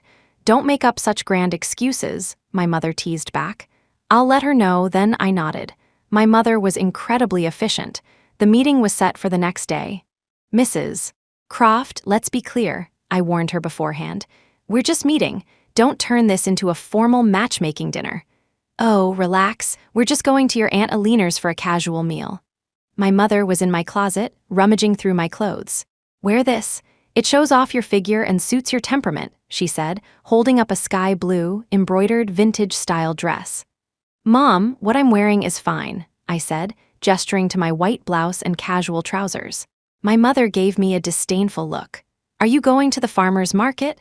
I wouldn't wear something this nice to the farmer's market. For grocery shopping, I'd throw on any old thing. If it weren't for the dress code at the lab, my ugliest clothes would be my go-to. Don't you dare embarrass me, my mother retorted. Home, I thought, is really not for the long-term wanderer. It's only been a week, and she's already finding fault with me. After I changed, my phone rang. It was Aunt Alina. This was the first time she had called me since that disastrous party 4 years ago. Isabelle, are you and your mother on your way? I leaned over the railing and saw my mother in the living room, texting someone. We're about to leave. Good, I'll be waiting for you with some delicious food. Her voice sounded incredibly happy. I went downstairs with my purse. My mother quickly put her phone away. My, whose beautiful daughter is this? My father came out of the bathroom, frowning. My daughter is beautiful no matter what she wears, even a potato sack. It's just dinner. Dressing up like this makes it seem like we're trying too hard to impress the Hayes family. My mother dismissed his concerns. Well, we can't have her show up in a potato sack and look shabby. You go running over to their house, and you drag our daughter with you. The events of 4 years ago had caused a rift between my father and Richard, and he still hadn't gotten over it. My mother grumbled, They say women are petty, but look at your father. A petty man is a real handful. Your Uncle Richard has invited him out countless times, and your father just ignores him. I smiled but said nothing, feeling a deep warmth inside. Having 2 loving parents was the greatest treasure in the world. As my mother and I were leaving, my father was still muttering, If the food is bad, come home early. We have plenty to eat here. Okay, I said with a smile. You go on back inside. Chapter 13. Leo Donovan stepping into the Hayes mansion after so many years, I found it completely renovated, with almost no trace of its former self. Madam, Mrs. Croft and Miss Croft are here, a maid announced. Catherine, Isabelle, come in, have a seat, Aunt Alina said, coming out of the kitchen in an apron. She had aged considerably and no longer looked like the glamorous socialite I remembered. "Annalena, my mother and I brought you something," I said, placing a gift on the coffee table. "You shouldn't have just coming is enough. I just need to finish up in the kitchen." "Make yourselves at home," she said before returning to the kitchen. "Mom, Aunt Alina," I whispered. Serena's miscarriage was a huge shock to her. That's when her hair turned white, my mother explained. It made sense. Serena had used her pregnancy to gain entry into the Hayes family, so Aunt Alina must have been eagerly anticipating her first grandchild. "Did she not get pregnant again?" I asked quietly. Serena said Adrien was dirty and they've been sleeping in separate rooms for years. I understood. That sounded exactly like Serena. Aunt Alina was a talented baker. Soon, she brought out a tray of freshly baked pastries. "Isabelle here, your favorite croissants. You shouldn't be working so hard. You have staff for that," my mother said, concerned. "I wanted to do something special since you and Isabelle were coming, especially Isabelle. It's been so long, and you've grown even more beautiful," Aunt Alina said, her eyes turning red and misty as she looked at me. "It's my son's loss that he wasn't fortunate enough to have you." My heart sank, fearing she was about to start a sentence with "if only." My mother quickly changed the subject. "Where's your nephew?" "Oh, him." Aunt Alina choked back her tears. "He went out this morning. He should be back any minute." My mother and I exchanged a look. "You didn't tell him we were coming?" My mother probed. I could tell she was eager to set me up. "I did. He said he hadn't prepared a gift, so he went out to buy one." My mother raised her eyebrows at me, clearly pleased. I didn't pay it much mind. The sound of a car engine came from the courtyard. "He's back," Aunt Alina said, a smile spreading across her face. I followed her gaze to the door. It was him, the boy from the record store 4 years ago. "This is my nephew, Leo Donovan," Aunt Alina introduced. "And this is the young lady I was telling you about, Isabelle Croft." I smiled and extended my hand. "Hello, we meet again." Though we had only met once, he had left a good impression on me. I still remembered him saying, "That CD belongs to her." "You've met?" my mother asked, tugging at my sleeve in surprise. "We met once 4 years ago at a record store," Leo explained, his voice gentle as he met Aunt Alina's equally surprised gaze. His voice was pleasant, deep, yet magnetic. "Leo Donovan," he said, shaking my hand when he saw I hadn't retracted it. "Well, since you two already know each other, that's great. You can chat," my mother said, pulling Aunt Alina toward the kitchen. "Come on, I haven't learned any new baking tricks from you in ages. Maybe you can teach me something I can make for my future grandson." My cheeks flushed. We hadn't even started, and my mother was already thinking about grandchildren. "Parents are all like that. You get used to it," Leo said, trying to comfort me. I managed a faint smile. "Yes, I suppose so. It was a universal parental trait. By the way, I bought this on the spur of the moment. Would you like to see it?" he asked, rubbing his hands together as I sat back down on the sofa. On the coffee table was a bottle of Herm's perfume. It was moderately priced. "My aunt mentioned you work in a lab, so I thought you might use perfume," he said. Working in a lab often left a lingering chemical smell. I disliked bringing it home, so I always spritzed on some perfume after changing out of my lab coat. "Thank you, that's very thoughtful," I replied calmly. After that, neither of us spoke. The silence was a bit awkward. My mother, seeing this from the kitchen, came out to liven things up. Come, try some of these. Your Aunt Alina just took them out of the oven." There were 2 pork floss buns, 3 small cupcakes, and 2 fresh croissants. I had a particular fondness for croissants, probably because my name, Isabelle, sounded a bit like croissant. "I heard from your aunt that you're also a skilled baker," my mother said to Leo. "I learned everything I know from my aunt," he replied. "That's perfect, my Isabelle has been wanting to learn. You can teach her sometime. Your aunt isn't in the best of health, and I don't want to trouble her," my mother said, nudging me. I was sitting in a single armchair and had to get up and move to the sofa opposite Leo. My mother shot me a "you're hopeless" look. "If Miss Croft doesn't mind, I'd be happy to teach her," Leo said, his voice warm. "The pleasure would be all mine, Mr. Donovan," I replied, my tone polite and distant. "You're free next week. Why don't you go learn some baking?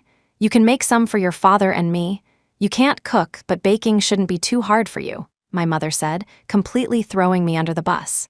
The truth was, it wasn't that I couldn't cook. My mother just never let me. afraid I'd get burned by hot oil. I had never told her that after 4 years abroad, I had become quite a proficient cook. Baking was even easier. Okay, I agreed. I knew if I didn't, I wouldn't hear the end of it for the next 2 weeks. The rest of the conversation was my mother interrogating Leo about his education, his job, and everything in between. Leo Donovan had a degree in business administration. His parents had left him a small fortune, which Aunt Alina had managed for him until he graduated. This included a 12% stake in the Hayes Corporation. He had since started his own company, which was doing well. On the way home, I asked my mother, "Why does Leo have shares in the Hayes Corporation?" "The Hayes Corporation was originally my aunt's family's business," she said. "I see." It made sense that Leo, as her nephew, would inherit shares from his parents. "But why did it end up in Richard's hands?" I asked. "It should have gone to Aunt Alina's brother or nephew." "Was it after Leo's parents died?" She nodded. "Your Uncle Richard has managed the company well over the years, and it's been growing steadily, so he secured his position." Chapter 14. The Hayes family's past. "When Leo's parents passed away, I was pregnant with you," my mother said, taking my hand. "I never mentioned it, so it's normal that you don't know. Leo is 2 years older than you, but he started school late because he was often sick as a child. You said you saw him near the university 4 years ago. He was about to graduate then, just like you. But I remember he went abroad around that time," I said. "Serena had even bought him a CD as a going-away present. He came back early because his aunt had a nervous breakdown." After my mother's explanation, everything started to make sense. Serena had been living with Adrien at the time, so she would have met Leo. And that CD had ended up being paid for by Adrien. My mother, somehow, got Leo's number and started playing matchmaker. "Isabelle, Leo said he's free tomorrow. You can't just stay cooped up in your study all the time. You have plenty of time for experiments when you're abroad. Now that you're home, you need to think about your future. Your father and I are getting old. We don't want to pass away without seeing a grandchild." I shut down my computer and went out of my room. My mother was rushing up the stairs, looking ready to lecture me. "Since you're ready, let's go downstairs," she said, her anger dissipating when she saw I was dressed to go out. I had just reached the living room when a tall figure walked in. "Leo." No wonder my mother had been in such a hurry. "Your mother was worried you weren't familiar with the roads after being away for so long," he said. In other words, he was my driver and baking instructor for the day. "Thank you, then. I'll be in your care," I said, my voice soft as I adjusted the bag in my hand. "At Leo's Pastries." "It's my nickname," Leo said, noticing me looking at the shop's sign after he parked the car. "I figured. I have a nickname too, it's Sunny. My dad used to call me his little sunshine, but my mom thought it was cheesy and shortened it," I said, reminiscing. "After I started elementary school, I was afraid my classmates would make fun of me, so I made my parents stop." The bakery was small but well-equipped. "Are there no other employees?" "I only open it occasionally when I want to be alone," he explained. "That's nice. When I was abroad, I would also want to be alone when I got tired of experiments, but I usually chose to hide out in a quiet library." "Compared to me, your way of being alone is healthier," I said. At least he could interact with people and make a little extra money. "But I recalled seeing him in a baseball jacket that first time. "Besides this, baseball is another hobby of mine," he added. I smiled and nodded. "No wonder you were wearing a baseball jacket back then." A Michael Jackson song began to play. I turned and saw him take out a stack of CDs from a drawer. The stack was filled with Michael Jackson albums. "Is this the last one from the record store back then?" I asked, pulling one out. "Yes," he nodded. "I bought it from Adrien." The last part was an addendum. "It was their going-away present for you. Why didn't you just take it?" "Why waste the money?" I said casually. The CD was less than $1,000, but Serena and Adrien had driven the price up to over $10,000. "I bought it at the original price," he replied. I raised an eyebrow, skeptical. I had seen Adrien's sour face from across the street. "Less than 1,000? I asked again. "Yes. The extra cost was for his pride, not mine. I didn't see any reason to pay for it." As he spoke, he cracked an egg, his long, slender fingers expertly separating the yolk from the white. I sat on a high stool, my chin resting in my hand, watching him intently. I had to admit, Leo's hands were very aesthetically pleasing. "Your turn," he said, placing a tray in front of me. "Brush the oil on." "Do you know how?" I snapped back to reality and saw the unbaked croissants. I nodded numbly and began brushing them with oil. "Aren't you supposed to be teaching me how to bake?" This felt like minimal participation. "Do you really want to learn?" he asked in a low voice. After brushing the oil, I put the croissants in the oven, skillfully set the temperature, and moved to his side. I took the cake base from him and began to work on it. He leaned against the counter, watching me. "It seems this teacher is out of a job." I smiled faintly. "The food abroad is terrible." "Yes, it is," he agreed. "So you have to learn to fend for yourself." "The food over there is just so bland," I added. After 4 years abroad, if I hadn't learned to cook, I would have starved. When I first came back, my aunt joked that I looked like I had escaped from a refugee camp, he recalled. I calculated in my head. He had probably gone abroad about 6 months before me. Serena had her miscarriage less than a year after I left. Leo had been abroad for over a year before coming back. Ding, the oven timer went off. Leo took out the pastries to cool. By the time I finished frosting the birthday cake, the croissants were ready to eat. "Try one," he said, handing one to me. I took a bite. It was perfectly crispy. Delicious. It was even better than Aunt Aliner's. "With your skills, it's a shame you haven't opened more bakeries," he smiled gently. "Juice or coffee?" "Coffee, please." I was worried about a carb crash and coffee would help. I sat by the window, eating my croissant as he brought me my coffee. "Are you planning to work abroad permanently?" he asked. "You sound just like my best friend," I replied. "And how did you answer your best friend?" he asked, sitting across from me. "I said I want to serve my country." "Do you have a specific institution in mind?" I shook my head. At first, I had wanted to join the Academy of Sciences as a new graduate. But after the incident with Adrien, my parents were adamant that I not stay in the country, so I had to let it go. "What about the Academy of Sciences?" he asked, pulling up a search on a tablet and handing it to me. I was a little taken aback. "If you're willing to try, I know someone who has a recommendation spot. I can introduce you."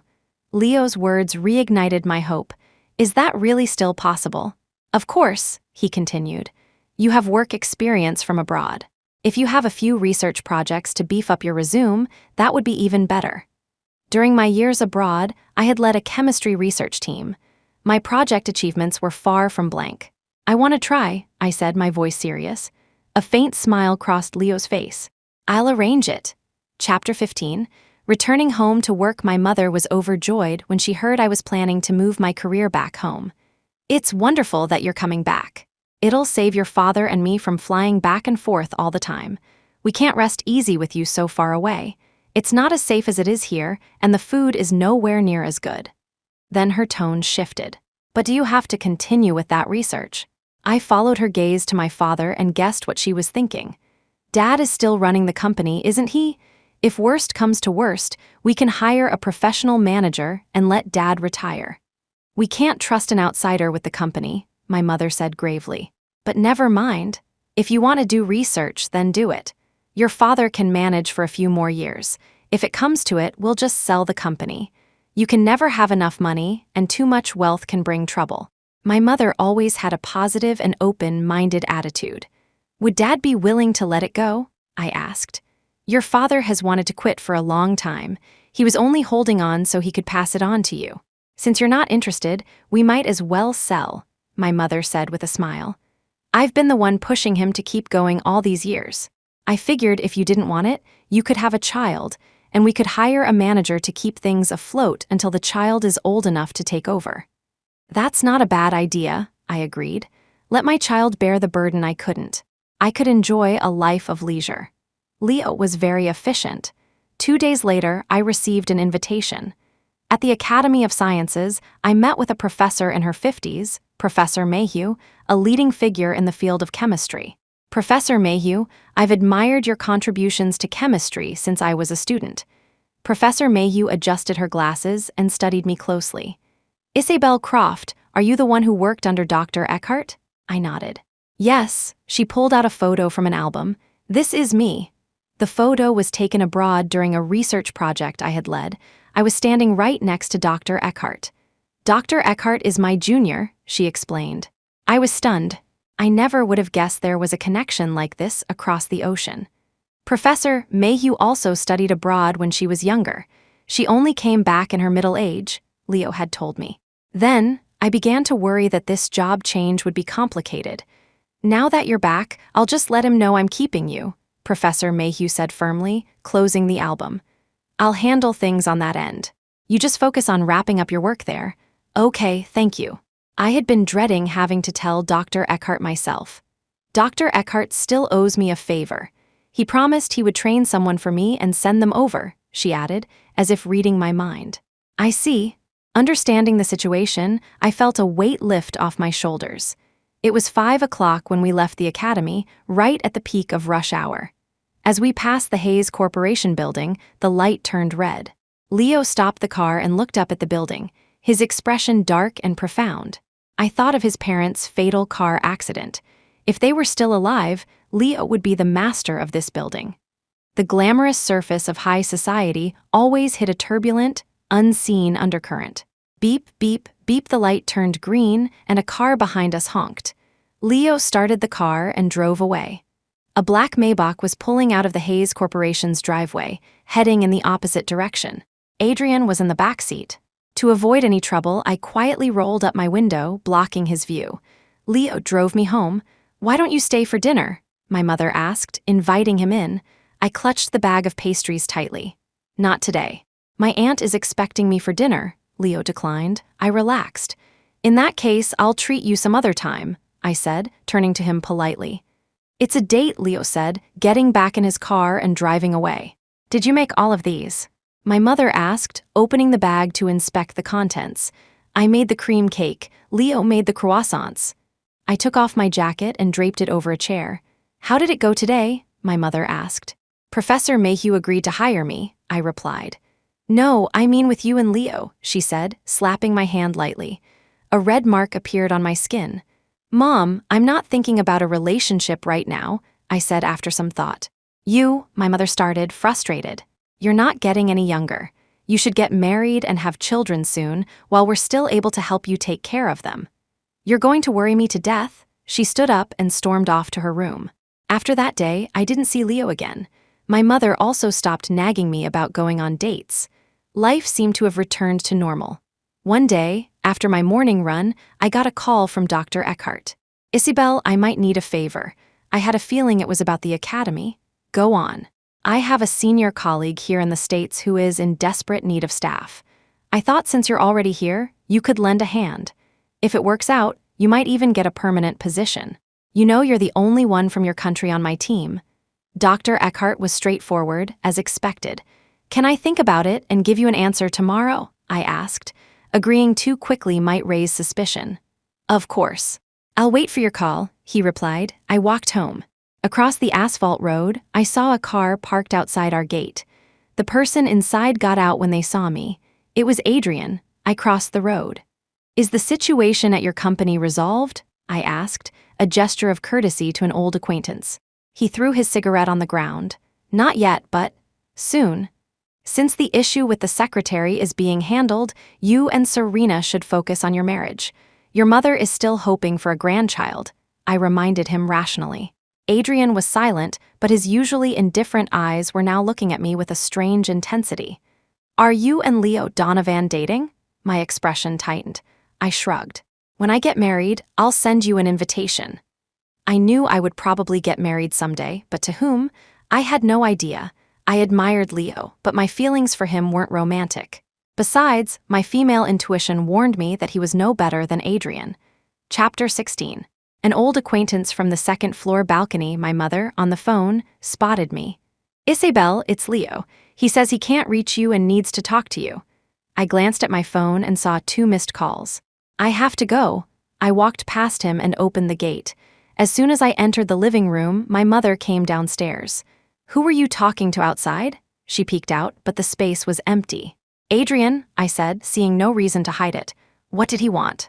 Her expression immediately darkened. What do you have to talk to him about? I recommended a senior from the finance department to him a few days ago to help the Hayes Corporation get back on its feet. My mother looked at me suspiciously. Finance department? Adrien's secretary has a stranglehold on the company's finances, I said, pouring myself a glass of water. That has nothing to do with you, she snapped. From now on, stay as far away from that boy as possible. I know, Mrs. Croft, I said, trying to smooth her ruffled feathers. I only helped him for Aunt Alina's sake. You two have been best friends for years. You don't want to see her unhappy in her old age, do you? My mother was silent. Mrs. Croft, your daughter has a bigger heart than that. My issues with Adrien shouldn't affect your friendship with Aunt Alina. At least, I felt that Aunt Alina was an innocent party in all this. I understand all that. I'm not holding it against her. I'm just worried about you and your father, my mother said, her voice growing serious as she took my hand. When you went abroad, your father and Richard had a complete falling out. I had heard about this from Tessa. Richard hadn't been against Serena from the start for a simple reason. He was interested in the Shaw Corporation shares she held. Her mother had left them to her in her will, with the condition that she could only inherit them upon marriage. The Shaw Corporation had been on par with our family's company in recent years. Richard probably thought that between me and Serena would be easier to control, just as Adrien had initially misjudged her. Furthermore, Serena's relationship with her father was strained, making a power struggle within the Shaw family a real possibility. Serena needed an ally, and the Hayes Corporation was her best bet. In turn, Serena could be a tool for them. Looking back, Richard's original plan was likely to use Serena to take over the Shaw Corporation. Unfortunately for him, Serena was not as weak as she seemed. Mom, it's all in the past. We shouldn't be petty. It was right for Dad to stand up to Richard. As for me and Adrien, I have to consider Aunt Alina's feelings, which means I'm considering yours. That's a nice way of putting it, she said, her anger subsiding. Oh, I got sidetracked. Leo wants you to call him back, my mother reminded me. All right, I'll call him now. I fumbled for my phone, only to realize I had left my purse on the counter. Use mine, my mother said, handing me her phone. The message was clear, call him in front of her, so I couldn't put it off. I called Leo. My mom said you were looking for me. I could hear clattering on the other end. If you're busy, I can call back later. No, I just dropped a fruit platter, Leo explained quickly. I just wanted to let you know that Professor Mayhew has contacted Dr. Eckhart. Yes, I know. Dr. Eckhart called me this morning. Oh, I see. That's good then. I don't have anything else to say. Leo's voice trailed off. I'll treat you to dinner after I've transferred, I said, feeling my mother's intense gaze on me. Okay, it's a date, Leo's voice brightened. I hung up and handed the phone back. Are you satisfied, Mrs. Croft? My mother took the phone and gave me a look. Leo is a good man. I've asked around. He has a clean record and has never had a girlfriend. When you were setting me up with Adrien, he didn't have a girlfriend either, I said, cracking open a pistachio. Leo is not like Adrien, my mother insisted, her tone leaving no room for argument. I chose to remain silent. Don't ignore what I'm saying. Leo's parents were good people.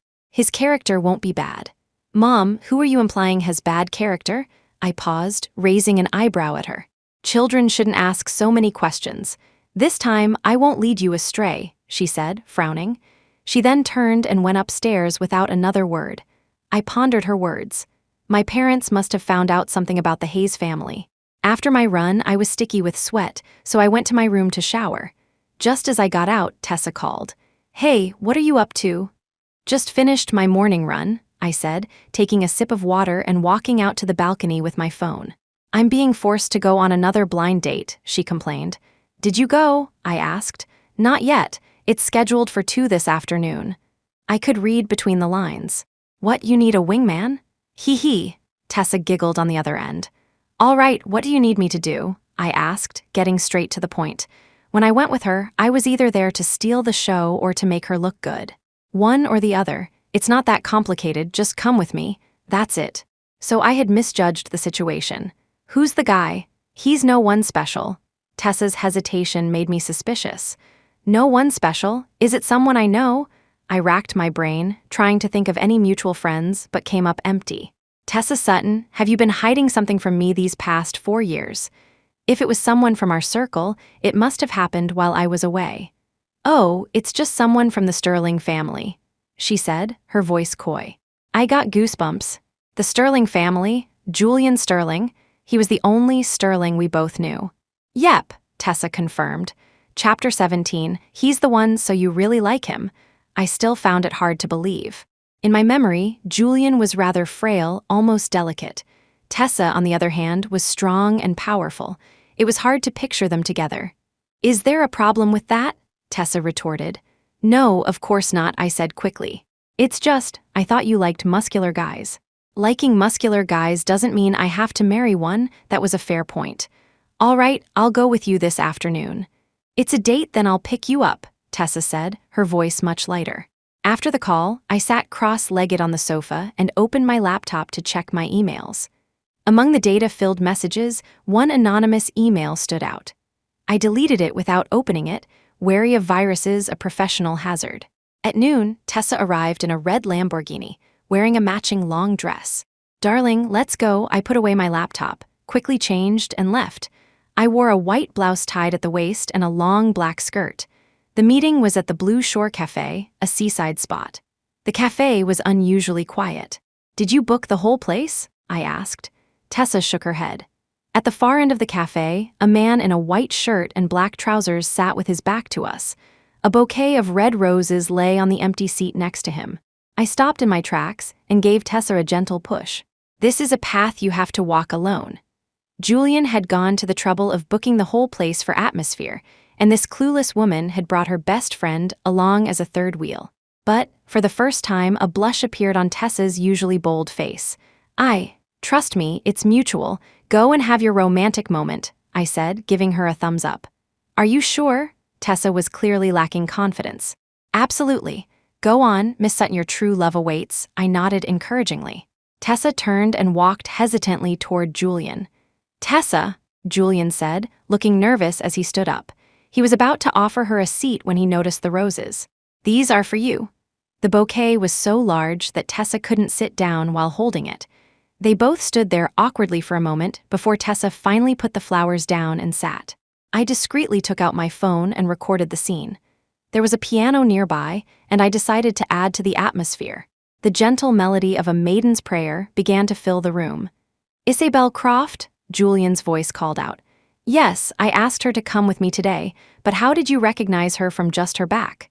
Tessa's voice was tinged with jealousy. No, I recognized her by her music, Julian explained quickly.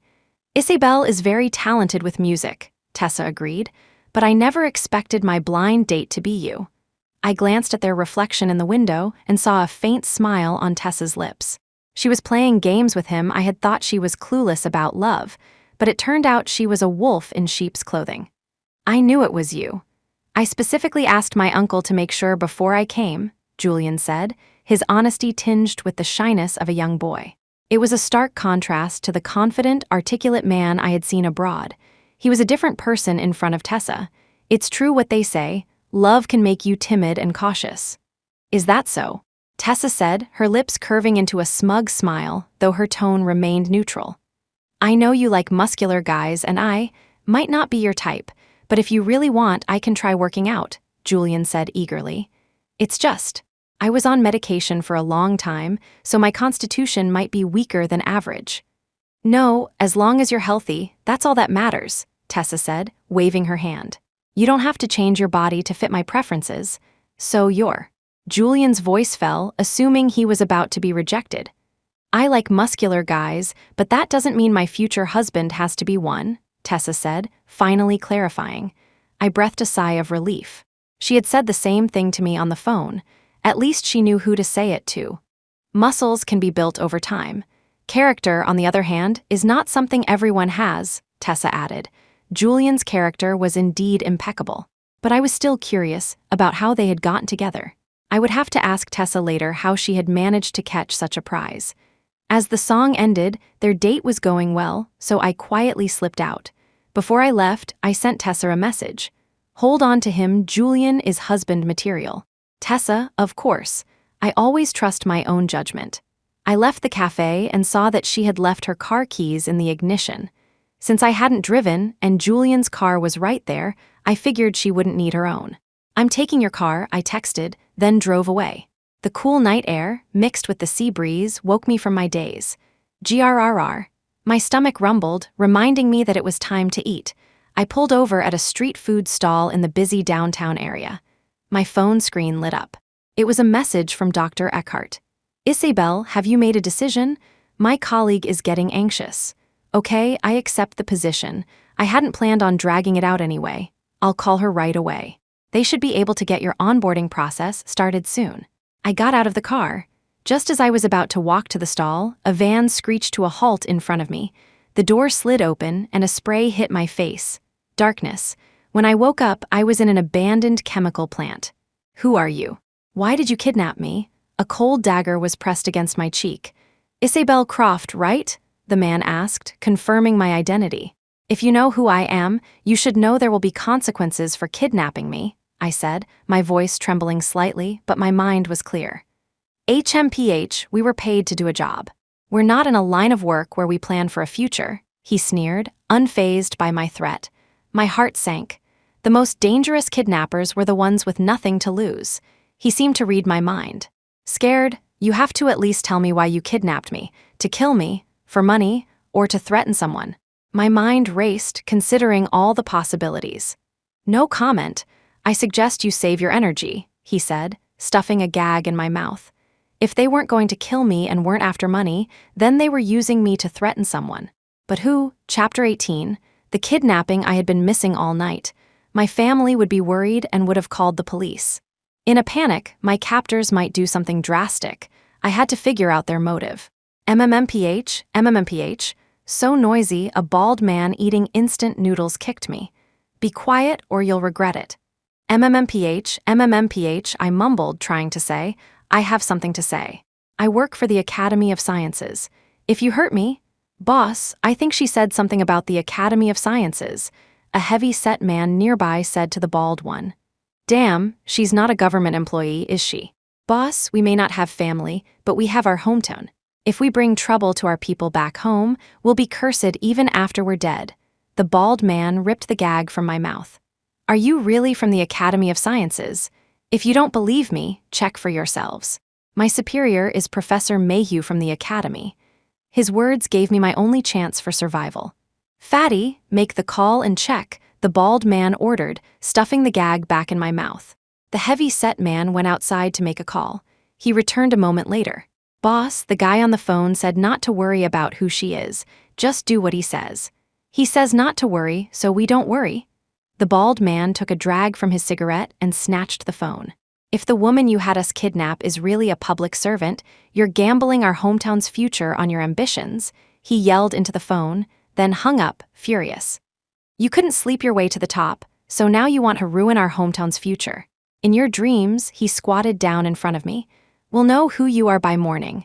If you're really a public servant, I'll let you go, but you have to promise not to come after us. I nodded frantically. Hunger sharpened my senses. His words, sleep your way to the top, stuck in my mind. I guessed it was Adrien's secretary, Vanessa. I had recommended Julian to Adrien, and she could no longer control the Hayes family. She must have gotten desperate. I just hadn't expected her to be bold enough to arrange a kidnapping. As dawn broke, I heard the faint sound of sirens. Boss, the police are here, the heavy-set man yelled, running in, panicked. The bald man stared at me. Did your family call the police? He demanded, pulling the gag from my mouth. I don't know, I said honestly. My family would have called the police, but I had no idea how they had found this place so quickly. Listen up inside, you have kidnapped an employee of the Academy of Sciences. I advise you to drop your weapons and release the hostage, a voice boomed from outside. Damn it, she really is a public servant, the bald man cursed. Boss, what do we do now? The heavy-set man asked, clearly inexperienced. I'll let you go, but you have to tell them the truth. We can go to jail, but we can't let our hometown suffer, the bald man said, negotiating calmly. Okay, I agreed. It was the best I could do. They had still committed a crime. He untied me, and the two men escorted me out. Outside the rusty iron gate, I saw my worried parents standing by a police car, along with Aunt Alina and Leo. My parents rushed to me, holding me tight. Isabelle, you scared us to death, Tessa said, hugging me, with Julian by her side. It's all my fault. If I hadn't asked you to come with me, this wouldn't have happened. It's not your fault. It was just a coincidence. If they hadn't got me last night, they would have found another time, I comforted her. Thank God you're safe, my parents said, their hands trembling as they held me. Aunt Alina and Leo approached. Isabelle, we're so sorry. This is our fault. It's not your fault. Some people are just malicious, I said, not wanting her to feel guilty. How did you find me? I asked my parents on the way home. When you didn't come home, we called the police, my mother explained. They tracked the car you took from Tessa and found it parked downtown. They reviewed the security footage and traced the van's route. The place where they took you just had new security cameras installed. It used to be a blind spot. So I guess I was lucky, I said with a small smile. I looked ahead and saw Leo's car leading the way. Why was Aunt Alina there? Adrien was stabbed by that secretary. He's in the hospital, my mother said. It turns out she's the daughter of your Uncle Richard's first love. She thought she was his illegitimate daughter. Is she? I asked, curious. Of course not, my father said firmly. Richard hadn't seen his first love in years. The secretary was conceived after her mother was drugged and raped in a bar. A paternity test confirmed it. That secretary was out for revenge against the Hayes family. Her motto was, if I can't have it, I'll destroy it, my mother added. The incident where Serena caught her in bed with Adrien was all part of her plan. Now that the truth is out, it's not too late, I said, leaning against my mother. About you and Leo, I won't rush you anymore. If you want to continue your research, go ahead. Your father and I can keep the Croft Corporation going for a few more years. If you really can't find anyone you like, just have a grandchild for us. Why the change of heart? I asked, puzzled. My mother glanced at me, but said nothing. My father's expression was also grim. After a long silence, he finally said, That's another family's business. We're not getting involved. Exactly. We don't want to get into any more trouble, my mother added, her arm tightening around me. You're my only daughter. I can't let anything happen to you. My confusion grew. Had my suspicions been right all along? The next day, I received a call from the police. The bald man and his partner had confessed that Adrien's secretary had orchestrated the kidnapping. Because of their cooperation, they would receive a lighter sentence. Chapter 19. Malicious revenge? What was her motive for kidnapping me? I asked the officer on the phone. She said you ruined her plans, so she wanted to get back at you, the officer relayed. I see, I said, hanging up, my mind in turmoil. Tessa's words brought me back to reality. How did she know you were behind Julian's team getting involved with the Hayes Corporation? Maybe Adrien told her, I said, stirring my coffee. Why would Adrien tell her that? Tessa was still suspicious. I paused. Are you suggesting there's more to it? It's possible, she said, taking a sip of her juice. I looked out the window at the beach. A figure caught my eye. It was Leo. He was carrying a pair of red high heels, and a young girl was walking beside him, her hands behind her back, her bare feet in the sand. Leo said something, and the girl laughed, her smile as bright as the spring sun. That's Leo's junior, Tessa said, following my gaze. When Leo was young, he lived with her family for a while. How do you know that? I asked, surprised. Now it was Tessa's turn to be shocked. You don't know? I shook my head. Why would I? I had only just reconnected with Leo this year. Because I remember. Do you remember what happened when you were 11? She said, her tone mysterious. If you have something to say, just say it. I don't remember, so it couldn't have been that important. You don't think it was important? Well, I'm going to tell you anyway, Tessa cleared her throat. That year, you fell into the pond at the Hayes' house. The words fell into the pond brought back a long-buried memory. I slipped and fell in by accident. No, you didn't, Tessa retorted. As if you were there, I shot back. I wasn't, but someone else was, Tessa said cryptically. Who? Julian Sterling. I choked on my water. Who did you say? Julian the Sterlings were invited to the Hayes' party that day, Tessa reminded me. What did he see? I asked urgently. He said you were pushed into the pond. By who? Tessa looked out the window. Julian said he overheard Mrs. Hayes telling your mother about a possible marriage alliance with her nephew. The memory came flooding back. I was 11, at a party at the Hayes'. Someone told me my mother had fallen by the pond, and I rushed over without thinking. I was so worried that I didn't even think to confirm it with Aunt Alina. I ran along the edge of the pond, looking for my mother, when a railing broke, and I fell in. There was no one around, and my cries for help were drowned out by the party noise. The last thing I remembered before passing out was someone jumping in to save me. My family never brought it up again, afraid of upsetting me. Are you saying Leo pushed me? I ventured a guess. Isabelle, did the kidnapping scramble your brain? Tessa tapped my head with her spoon. Or can you only see Leo? The girl, I realized. Julian's cousin, Tessa clarified. She's about 3 years younger than us. So she was only 8 years old, and she already knew how to harm people, I said.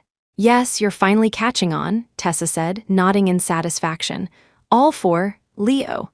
Yep, Tessa confirmed. I wasn't going to say anything, but I don't want you to get caught up in this mess again. Julian told me because I'm going to be part of the Sterling family, and he doesn't want me to be fooled by appearances. I understand. Please thank Julian for me. That was very thoughtful of him. I looked away from the beach and back at my coffee. So the person who saved me was. I couldn't help but ask. It was Adrien, Tessa said without hesitation. What a tangled web. Good thing it was him, I said. I helped him with his financial crisis, so I guess that repays the favor. Now we were truly even. As Tessa and I were leaving, we ran into Leo and the girl. Miss Croft, Leo greeted me warmly. Tessa and I were just leaving. Enjoy yourselves, I said, pulling Tessa away. Leo, what's wrong? I heard the girl's sweet voice behind us. Nothing, just lost in thought, Leo replied, his voice fading as we walked away. A week later, I started my new job at the academy. The perfume on my dresser reminded me that I needed to thank Leo with a return gift. I decided against dinner. I didn't want to make Miss Sterling jealous and end up in another pond. I valued my life. The first weekend after I started my new job, I went out to pick a gift. I ran into Serena. Isabelle, what a coincidence, she said. The exhaustion was gone from her face, but her eyes were still dull. I noticed she was holding a pair of baby shoes. Are you?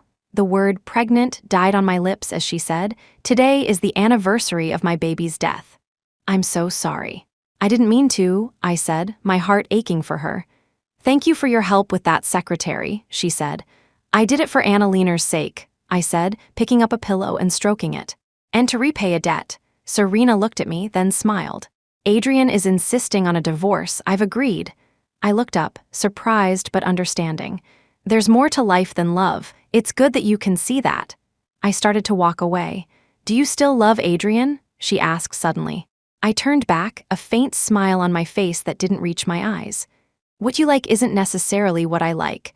A woman's life doesn't have to revolve around a man. Serena, you have a good hand.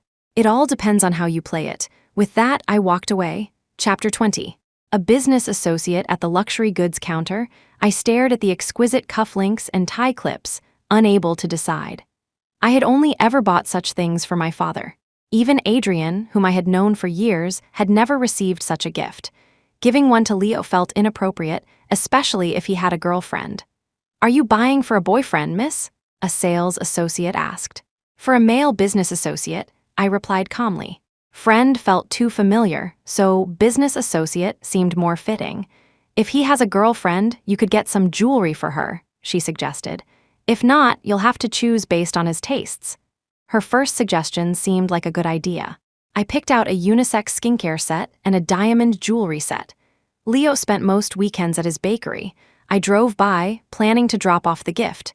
The open sign was on. I knew I had guessed right. I stood outside and called his phone.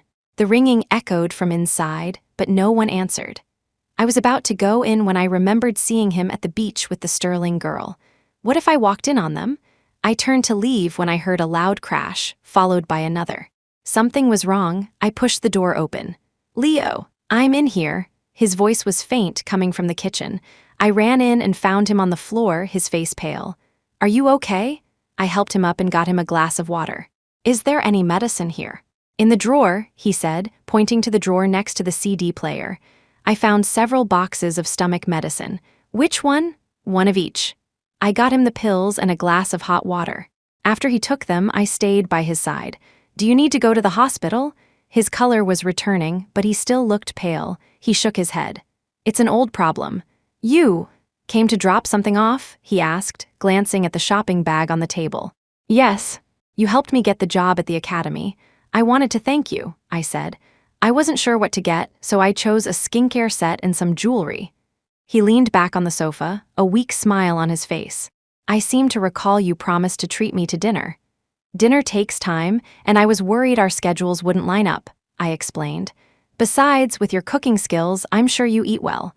It's not just about the food. It's about the company and the atmosphere, he countered, as if trying to fill the hole I had just dug. Well, when we're both free, I'll make it up to you, I said. A meal was a small price to pay. After taking the medicine, Leo's stomach settled. Are you sure you're okay? I asked as he stood up. Maybe you should rest a bit more and go to the hospital later. I'm fine, I'm used to it, he insisted. I didn't press him further. What were you planning to bake today? I have the afternoon free, so I can help. He looked at me intently. Your stomach is probably upset. You shouldn't eat greasy food from outside. I thought he was hinting that I should treat him to dinner today. A customer is coming to pick up a birthday cake later, he said. Can I be your assistant? I asked. When he didn't reply, I added, if your stomach acts up again, it would be bad for the customer. He nodded in agreement. It turned out assisting meant he told me the customer's requests, and I did all the work. With my experience, it didn't take long to finish a black swan cake. This is a cake for a proposal, isn't it? I said, admiring the heart-shaped swans. Just then, the bell on the door chimed. A young man in a black leather jacket, his helmet still on, walked in. Hello, I'm here to pick up a cake. I handed him the packaged cake. He paid the remaining balance and left. The roar of a heavy-duty motorcycle drew the attention of several girls on the street. That's a custom bike with the license plate, King 88. That's Ian Chase's. Ian Chase, the youngest son of the Chase family. The new heartthrob of Kings Harbor. Is the marriage alliance between Ian Chase and the Sterling girl real? I heard today is her birthday. The chatter of the passers-by caught my attention. I turned to look at Leo, who was focused on making croissants. Is Ian Chase's fiancé Julian Sterling's cousin? I asked, unable to contain my curiosity. Yes, Chloe Sterling, the youngest of the Sterling family, he replied, the same girl he was with at the beach. No wonder he was hiding out here today with a stomachache. He was nursing a broken heart. Aren't you going to the party? I asked, taking a sip of the coffee he had just made me. It's a Sterling family dinner. I'm an outsider, he said. How are you an outsider? Aren't you the Sterling patriarch's disciple? I blurted out, remembering what Tessa had said. His hand, which had been greasing a pan, froze. Who told you that? Isn't that true? I mumbled, taken aback. My master was the Sterling patriarch's master. The current Mr. Sterling and I are from the same school of thought, but different generations. He looked at me, his dark eyes intense. Who told you we were disciples of the same master? Adrien? Oh, I just heard it through the grapevine. You know, I've been away for 4 years, so I rely on others for news, I said, not wanting to betray Tessa. If Leo and Chloe's father were from the same school, then Leo was technically her uncle in terms of seniority. A forbidden romance? My mind, influenced by countless novels, immediately went there. Leo, unaware of my thoughts, probably thought I was afraid of offending him. His tone softened. You know how rumors are. They get distorted as they spread and are rarely true. I nodded vigorously. He was right. But hadn't Tessa gotten her information from Julian? Surely he wouldn't get it wrong. Chapter 21, An Uncle's Love. When I left the bakery, Leo gave me 2 bags of croissants. I love them, so I happily accepted. Thanks. I should be thanking you. If it weren't for you, I might have died of pain in there and no one would have known, he said, one hand in his pocket, his gaze heavy as he stood by my car. I suddenly felt a sense of loneliness enveloping him. You should wear an emergency alert watch next time like the ones for kids, I suggested sincerely. I'll consider it, he replied softly. Bye, see you later. I started the car and drove away. In the rearview mirror, I could still see Leo standing there. The next day, the news of Chloe Sterling and Ian Chase's engagement, set for a month later, was announced. Leo is Chloe's uncle. Tessa Sutton, since when is your information so unreliable? I asked Tessa when she came to have lunch with me at the academy. What? Aren't they peers? Tessa was also shocked. Who told you they were? I asked after a moment. Julian, the first time I went to the Sterling's house, I saw Leo. I didn't know who he was then, but wow, he was handsome, Tessa said, a dreamy look on her face. Then her tone shifted. If I had known he was Chloe's uncle, I would have been all over him. I knew then what had happened. Julian, for all his quiet demeanor, was a cunning man. "Are you really interested in Leo?" I asked. "Even if he was Chloe's peer, that wouldn't have stopped you, would it?" "It's different. As peers, they're on the same level. Besides, with Mr. Sterling watching over him, and without his parents to back him up, Leo is at a disadvantage. I don't want to be seen as inferior to Chloe," Tessa explained seriously. "But if he's her uncle, that changes everything. Oh, what a missed opportunity, that scoundrel Julian. I was completely fooled by his frail appearance." Tessa grew angrier as she spoke. "I'm going to have a word with him when I get home. He's so thin, he wouldn't stand a chance against you," I said, taking a bite of my food, a humanitarian warning. "That's true," she agreed, "but I'll get my chance soon. My uncle is coming back, and he said he's going to help me train Julian." Julian was tall, but years of illness and medication had left him thin. A few pounds of muscle would certainly do him good. A week later, my mother told me that Adrien and Serena had divorced. "It's good that they could do it amicably," I said, changing the channel on the TV. "Serena's shares were bought out," my mother added. "By who?" I asked, surprised. My father came downstairs. "We don't know. Serena needed money, and the Hayes family wouldn't let her take a penny. In fact, they were dragging the Shaw Corporation down with them. She had no choice but to sell her shares at a low price." "How much did she get?" I asked. "Around a few tens of millions. Less than 100 million, my father replied. Her shares were worth about 160 million. "Your Aunt Alina said it looked like she was trying to flee the country," my mother added. Tessa's warning about the real reason behind my kidnapping came back to me. An hour later, my theory was confirmed. "Isabelle, it's the police," my father said, handing me the phone. "Hello? Miss Croft, the woman who instigated your kidnapping wants to see you," a female officer said. "Okay, 1 o'clock this afternoon." I hung up. "Are you going to the police station?" my parents asked. "Adrien's secretary wants to see me," I replied. My parents exchanged a look. "Have Joseph drive you," my father said. I nodded. At the prison, I sat across from Vanessa, separated by a glass partition. "You wanted to see me. Is there something you want to tell me?" "Aren't you curious why I kidnapped you?" she asked, her face tired in the prison uniform. "You're in love with Adrien and wanted him for yourself. But someone told you he might be in love with me, and I had just recommended a new finance person to him," I said, stating the obvious. Her face paled. A relieved smile spread across her lips. "You're not just beautiful. You're smart, much smarter than Serena. No wonder Adrien likes you. Is there anything else?" I didn't want to waste time on what I already knew. "Serena's baby wasn't Adrien's," she said after a pause, another bombshell. "How do you know?" "The fetus was fully developed. I secretly had a DNA test done," she replied. "Adrien wasn't the only rich man Serena was targeting. He was just the easiest to fool." "And you found this out while you were digging up dirt on her to get ahead?" I asked, steadying myself. She gave a bitter smile. "I've known for a long time that Adrien and I weren't related. At first, it was about revenge, but then I fell in love with him. I did a DNA test and confirmed we weren't related. That night he was drunk, he mistook me for you. That's what led to Serena catching us and having the miscarriage. At first, I thought he was calling out Serena, but he was actually saying Izzy. Izzy. That's what Adrien used to call me in kindergarten and elementary school.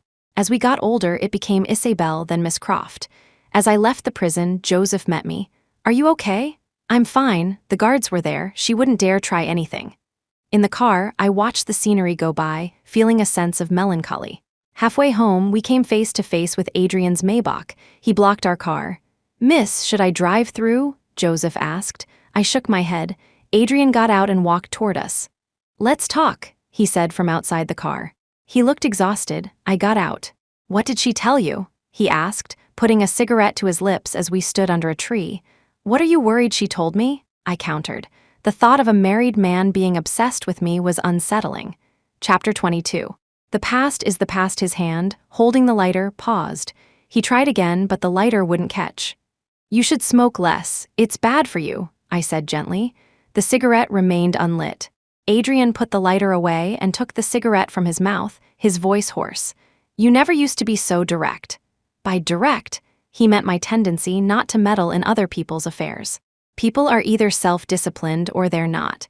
After 4 years abroad, one's perspective is bound to change, I replied. Suddenly, he grabbed my wrist and pulled me close. I frowned and tried to push him away, but his grip was too strong. Isabelle, you never really liked me back then, did you?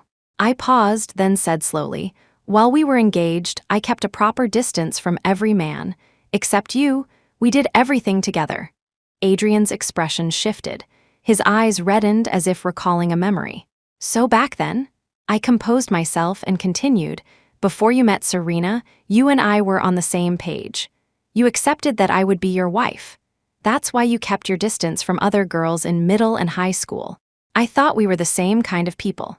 What happened later wasn't entirely your fault. I was responsible too. Your perspective broadened faster than mine.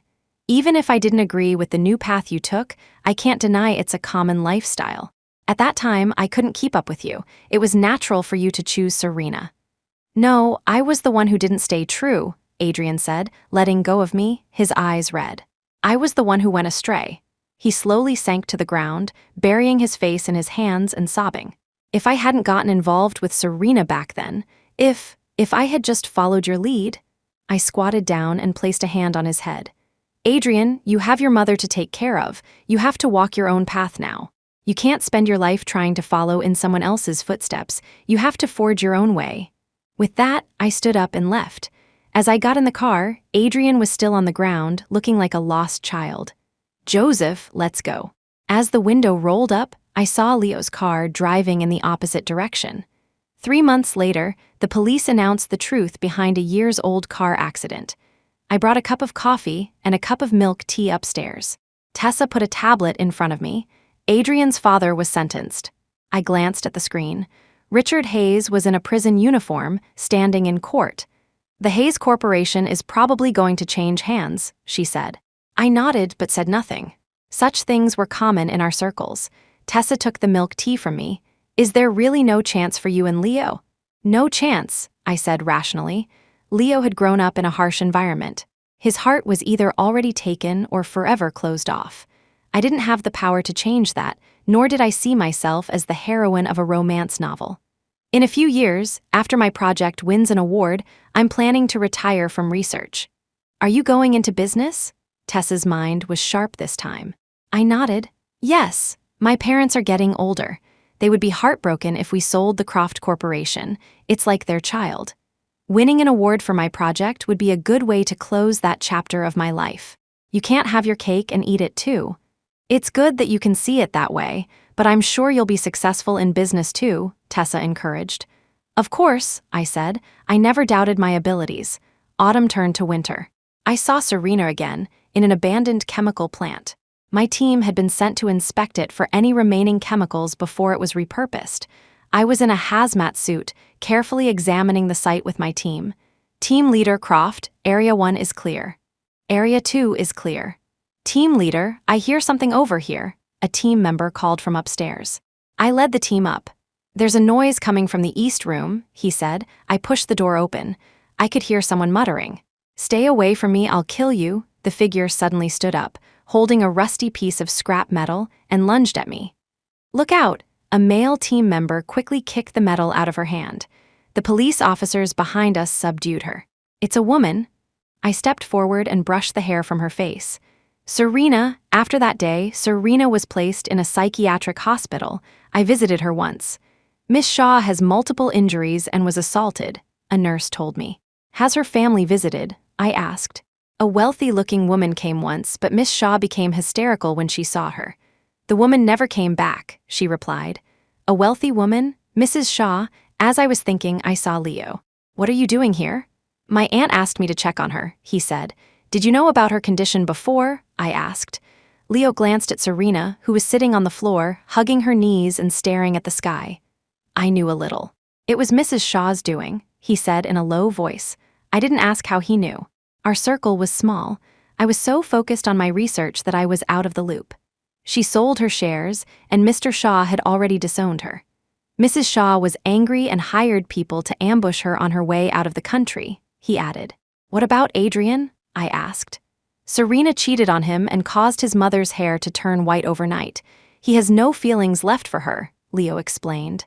After understanding the situation, I didn't stay long.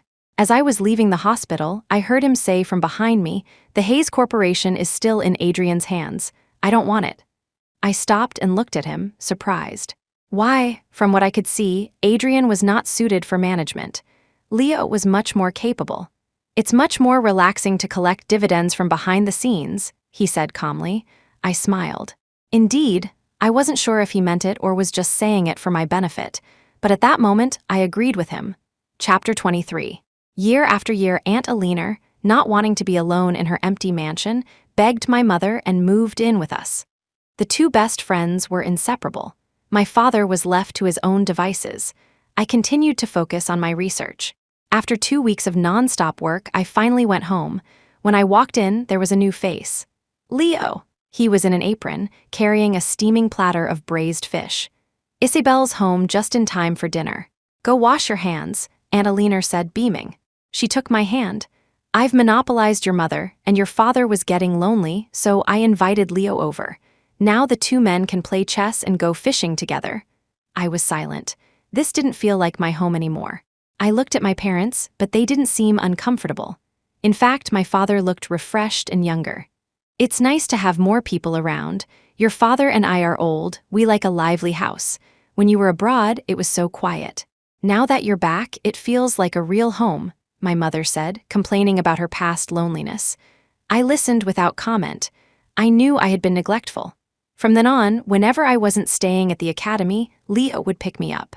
One day, after I got in his car, I sensed we were being followed.